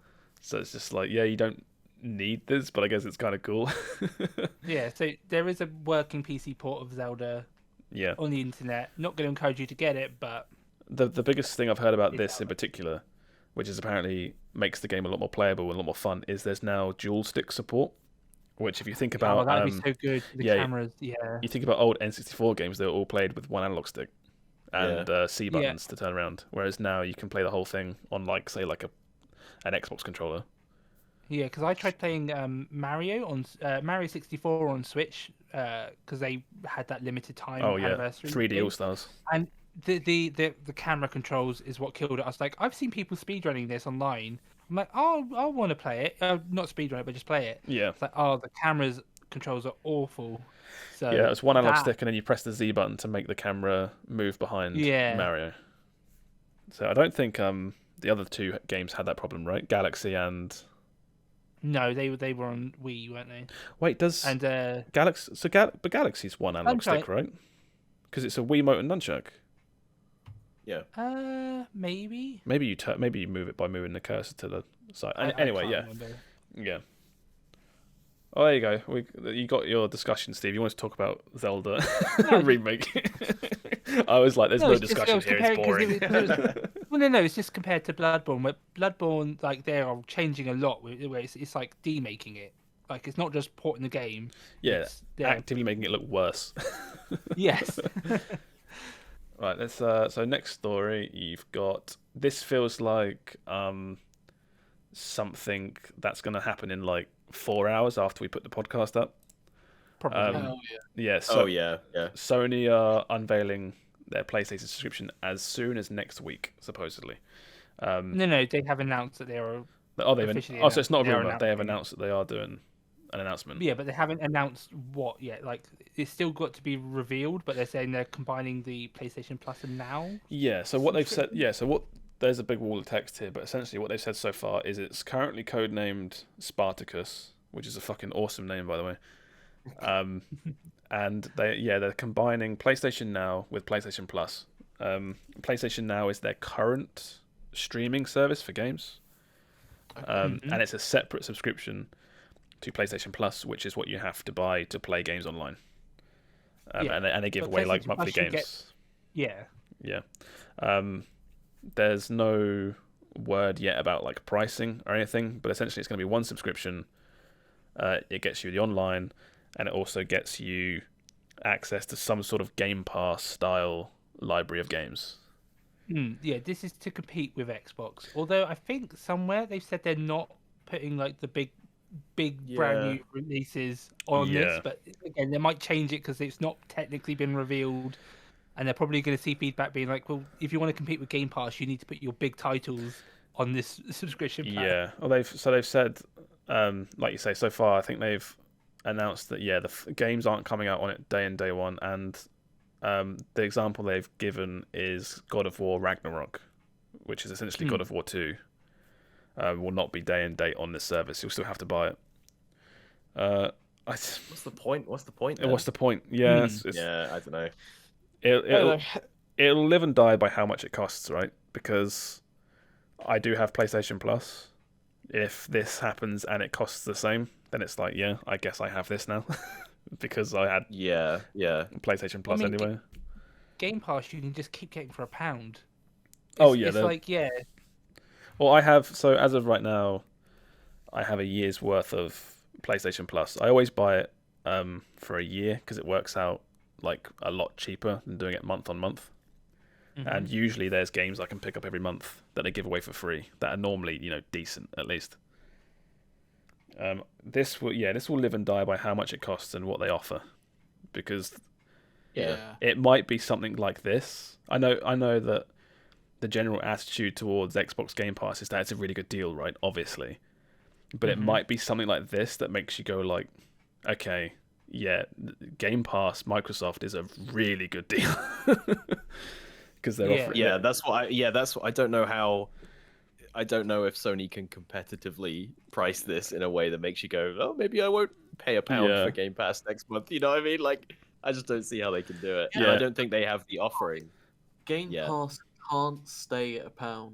It can't stay at £1, but even if it's £8 a month and you're still getting, say, Elder Scrolls. Whatever the new one's called, Elder Scrolls 6, day and date. You're getting, Gears of War. But then, so that's like £8. And with an £8 pass and a £1 pass is drastically different. Yeah, but he's saying if you pay full price for Game Pass, that's £8. That's still good, which is what it is on PC. Yeah, and you get Halo day one, and then you pay more than £8. How much is PlayStation Plus is, I think it's £7 or £8 a month. It's one of the two. Oh, there you go. It's not cheap. But there's a scenario where they announce this next week, and they go like, "Yeah, we're going to give you all these PS4 and PS3 games. It's £15 a month, and you can play God of War Ragnarok on it 6 months after launch." They have said that it's going to be multiple different prices. Like there's going to be different tiers and stuff. Also, just because I have talked to people who don't know about the trick for Game Pass, is when you go to get Game Pass, it's like, oh, your first month, buy it for £1.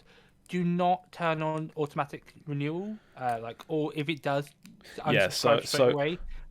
Automatic renewal is always on as default. You have to go into your account and turn it off. It's so easy to do. Xbox Game Pass has been £1 for me now for I think about 18 months.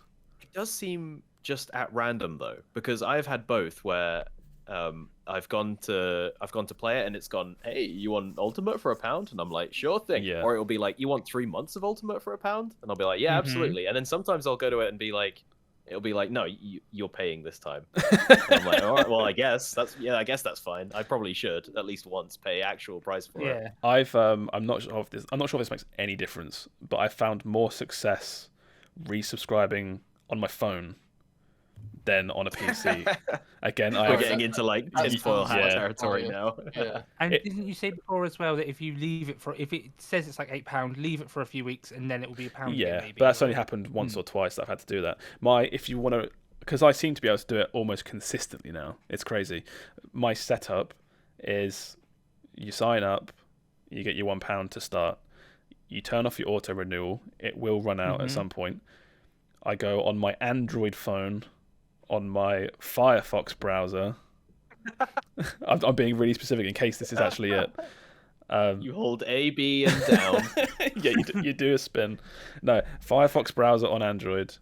I have like uBlock and stuff. Don't know if that makes a difference, but I seem to be able to consistently get it for £1 now. It's crazy. You throw some salt over your shoulder. You say the words Phil Spencer 3 times into a mirror. Yeah. And then Marcus Phoenix jumps out of the mirror and strangles you. But yeah, it's crazy how it still works. I don't know why.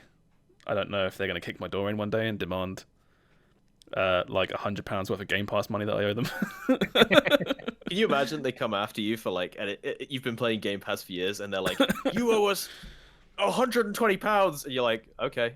Yeah, that's fine. That's what, like, one brand new PS5 game these days. So. Yeah, that's fair enough. Yeah. I'm fine with that. I'm excited to see what this is. It's always interesting when big companies make moves like this, just to. Well, yeah, because it can't just be like, oh, these services are combined. Hallelujah. You know, there has to be something new that they're announcing with it as well, right?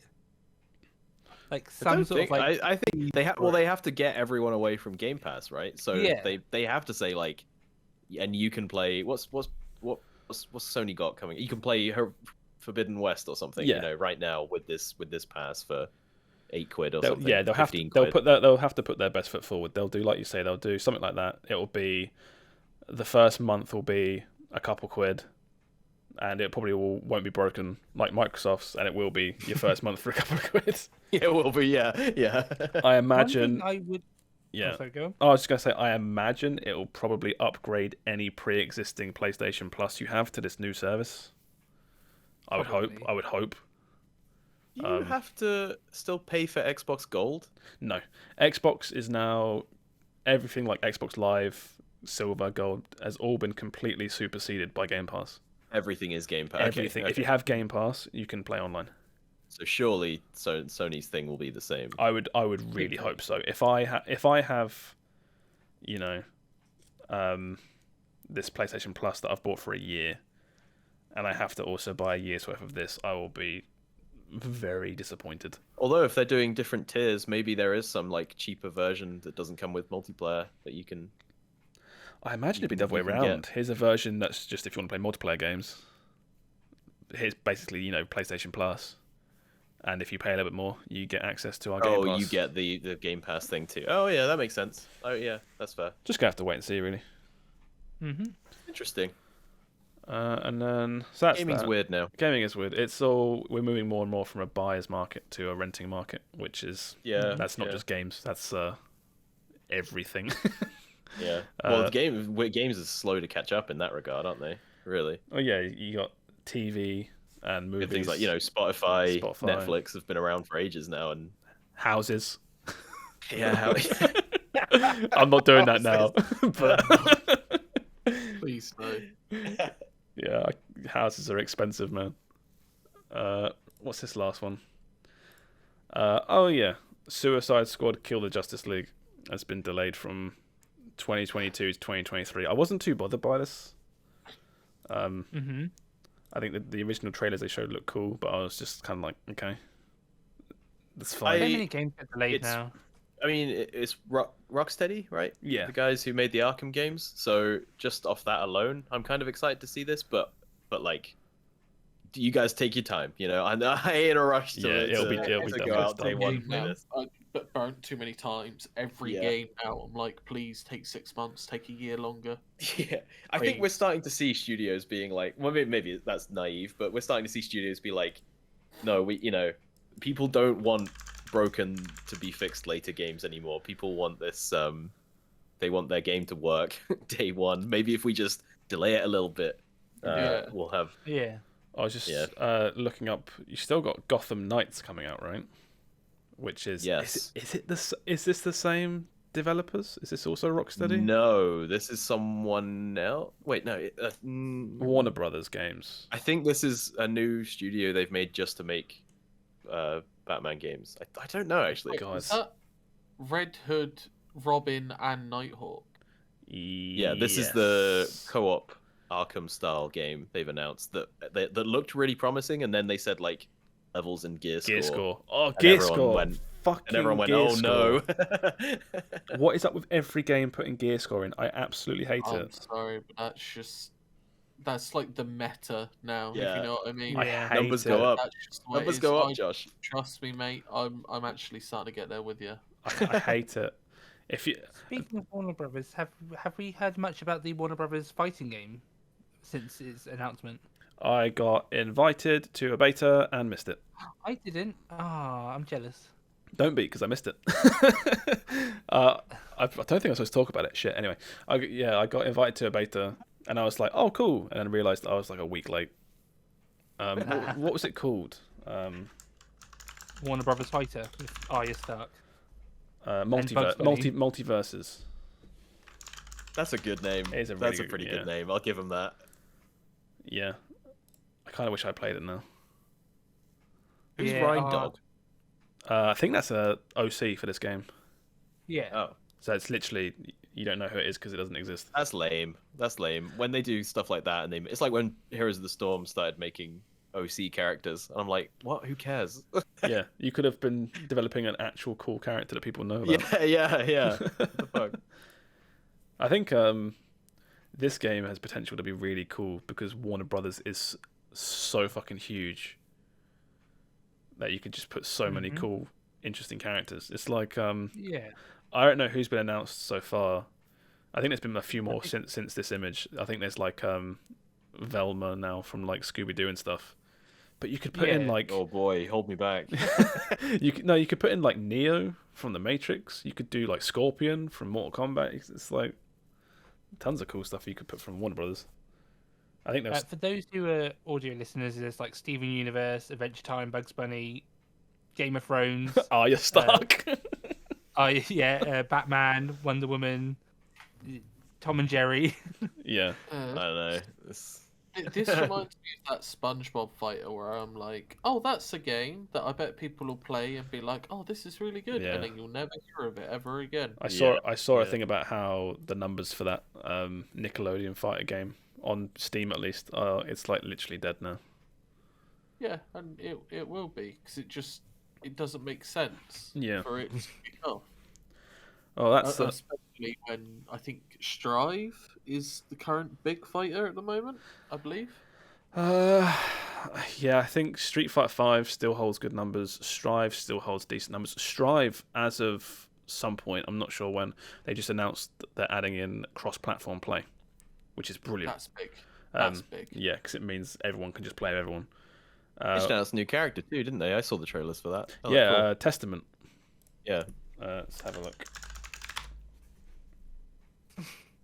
Sorry to derail that. No, I'm always up for fighting games. We're sort of freestyling now anyway, I think. Yeah, we're coming to a slow close, so we'll just... There's always so many, but only like 2, maybe 3 ever are actually like Yeah. Is that Caitlyn? Well, they're like the Sith, basically. Yeah, Testament is the first... You only get a new fighting game when it kills an old fighting game. Yeah. Testament is the first non-binary character for Guilty Gear. And we were like, oh, it's Pokemon. That means it's got to have longevity and stuff. And it's like, nope, that game game died as quickly as it came. Wait, what game? Pokken. Pokken Fighter.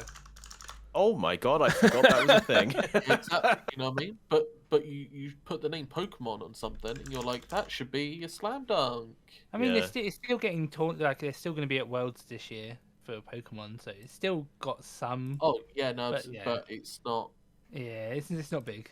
What's the website that shows you how many people are playing a game? Steam Charts. Steam Charts. Okay. You can search. I was going to say the other fighting game is King of Fighters 15. That's quite recent. I think that's doing okay. God, how could a game series get to like the 15th game? God. Yeah, all I need is my King of Fighters Origin game, which explains the whole universe. Yeah. Stranger of Paradise, King of Fighters. Strangers of Utopia. Well, what did we say the other one was? Guilty Gear Strive. And you again, for audio listeners, give them a rough idea of what you're looking at. So concurrent players for Guilty Gear Strive, 30-day average about 1,300. I think that's fighting games don't do massive. Let's not like. Yeah. Not on Steam, no. Yeah, no. not yet. So, maybe the Riot game will. Really. Street Fighter 5, 30-day average 1,700. Mortal Kombat 11. What have I done wrong here? Combat with the K, Josh. Oh yeah, sorry. That's got more than I thought it was going to have. 1,800 for Mortal Kombat. What was the last one? I think we did Tekken. Tekken does well. What about Melty Blood. Sam Showdown. Oh, Sam Show is dead. I wouldn't even worry about that. Really? I put Tekken 8 for some reason. It's Tekken 7. Yeah, Tekken 7 does really well. 3,200. There you go. Tekken's one of the kings. Though, so play Tekken. Samurai Showdown. Let's have a look. I tell you, I bought Tekken with the intention to try it. I downloaded it. It sat on my hard drive for about 6 months, and I never opened it once. I was too intimidated to go and try and play a fighting game. Samurai Showdown. 30-day average players 4.6. There's 2 players currently. 2 players play right. That must be the most. They must have the most intense matches. Like it's just those 2. They know all their best moves. Finally, we have space to fight. Yes, I knew this game was completely dead. I never really tried it. It's a shame. There weren't any surprises for the Evo lineup, right? No, not really. I think it's Okay. Well, no Smash was the big. No one, Smash right? is the big one. Yeah, but because they Nintendo. announced 9 games or whatnot, and none of them were like a big out of the box one. Yeah, Melty Blood is also very quiet. 83.9. I think a lot of these games are dubbed quote unquote Discord fighters, because if you want to find matches, you have to go out of your way to play people. The last Guilty Gear, Xrd and Xrd Rev 2 and stuff, they were Discord fighters. Because if you wanted to find people around your skill level, you had to ask and hope that someone is like shit with a character. Because the problem with a fighting game that has a fan base of 100 players is they're probably all really good. Yeah. So that's all the news for the week. We somehow got onto multiverse and fighting games, which I'm fine with. But that's all good. We somehow always end up back at multiverse, don't we? This thing is like the 3rd time we've brought that up. Yeah, when are they going to put you in multiverse? All right. Olive Meister. By Warner Brothers. Yeah, do you want to do a roundup? Releases? Yeah, what's coming up? On March the 30th, we have Death Stranding Director's Cut coming to PC. There are a bunch of releases. These are just ones that I've noticed might be good. On March 31st, we have Weird West, which I believe Will played. What? Did you play? Weird West. Oh, Will's gone. He's left the podcast. Didn't we play Weird West, or was that a different game? That was Dead West. That you got a key for. I played Blood West. Oh, Blood West. No, wait, Blood Hunt? No, that's the Vampire Mask. I don't know. I played something. I thought it was Dead East. And also on March 31st South by Southeast. is the early access release of Midnight Ghost Hunt, which is I've had my eye on this one. It's what are these, Steve? It's very weak, and that's it basically. It's very weak for games. Cool. So there's nothing. So there's nothing coming out. Josh, he's trying. Jesus. So there's nothing coming out. Okay. Sorry. I'll go back to making good games. We said. What did you say? Midnight Spooky Hunt? What was it? Midnight Ghost Hunt. Ghost Hunt. Yeah, it's like prop hunt, but like the ghosts are the props, and they can actually fight back. Midnight Blood West. Hunt Ghost. Good night, everybody. Let's do.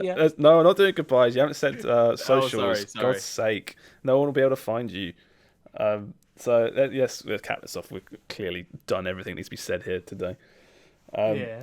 As always, I'm BottlerWorks on everything. I'm on Twitch and Twitter. I'm shit posting more these days and talking about stuff more on Twitter than usual. Having a lot of fun on Twitter at the moment, I must say. Me too. I think I'm finally getting into it. I put up a little my Halo impressions. That was good fun. Yeah. You get a lot. You get a lot of traction on your tweets. You post on like hunt stuff, don't you? And you get. Oh yeah, sometimes. Yeah. Also, so where can we find you on Twitter? Twitter.com/Olive_Meister with 2 R's. So convenient. I love it. Really easy. Yeah. And you're also on Twitch. That's like your job, right? Oh yeah, but you can find all that through Twitter. Don't worry about it. Easy. What about you, Steve? I am Quikwix everywhere, QIKWIX, and I recently got my imp model GIF thing. Oh yeah. You should come check me out in the mornings on Twitch. I love that art you've got from Suds. Yeah, it's really good. It's good. Yeah. And Sam finally has Twitter. I've always had Twitter. You just can't find me. He has always had Twitter. Everyone, since Josh didn't bring it up this week, everyone should go and play the nunnery games, which are on Xbox Game Pass. Are they out? Like, is it up now? Right? Oh, it's now, right? Oh, I hope so. That shit's awesome. Somewhere. Is it? Let me have a look. Yeah, so open up. Sam, you're the only person on Twitter who's still got like a default icon. Like the only person. Mate, I'm just Sam. Like, you know what I mean? It was the That's S4MM3H_ on Twitter. Let's get Sam, the most popular Twitter user out of all of us. That would be really funny. I'm derailing this ending very quickly just to check out nunnery games. Yeah, it's up. Goodbye, everybody. Go play nunnery games. Zero Escape nunnery games. Back in 2018, in December, Sam tweeted, "Yo, Joker in Smash?" ? Goodbye, everybody. Oh, I'm actually gonna leave. End it. Bye. Bye.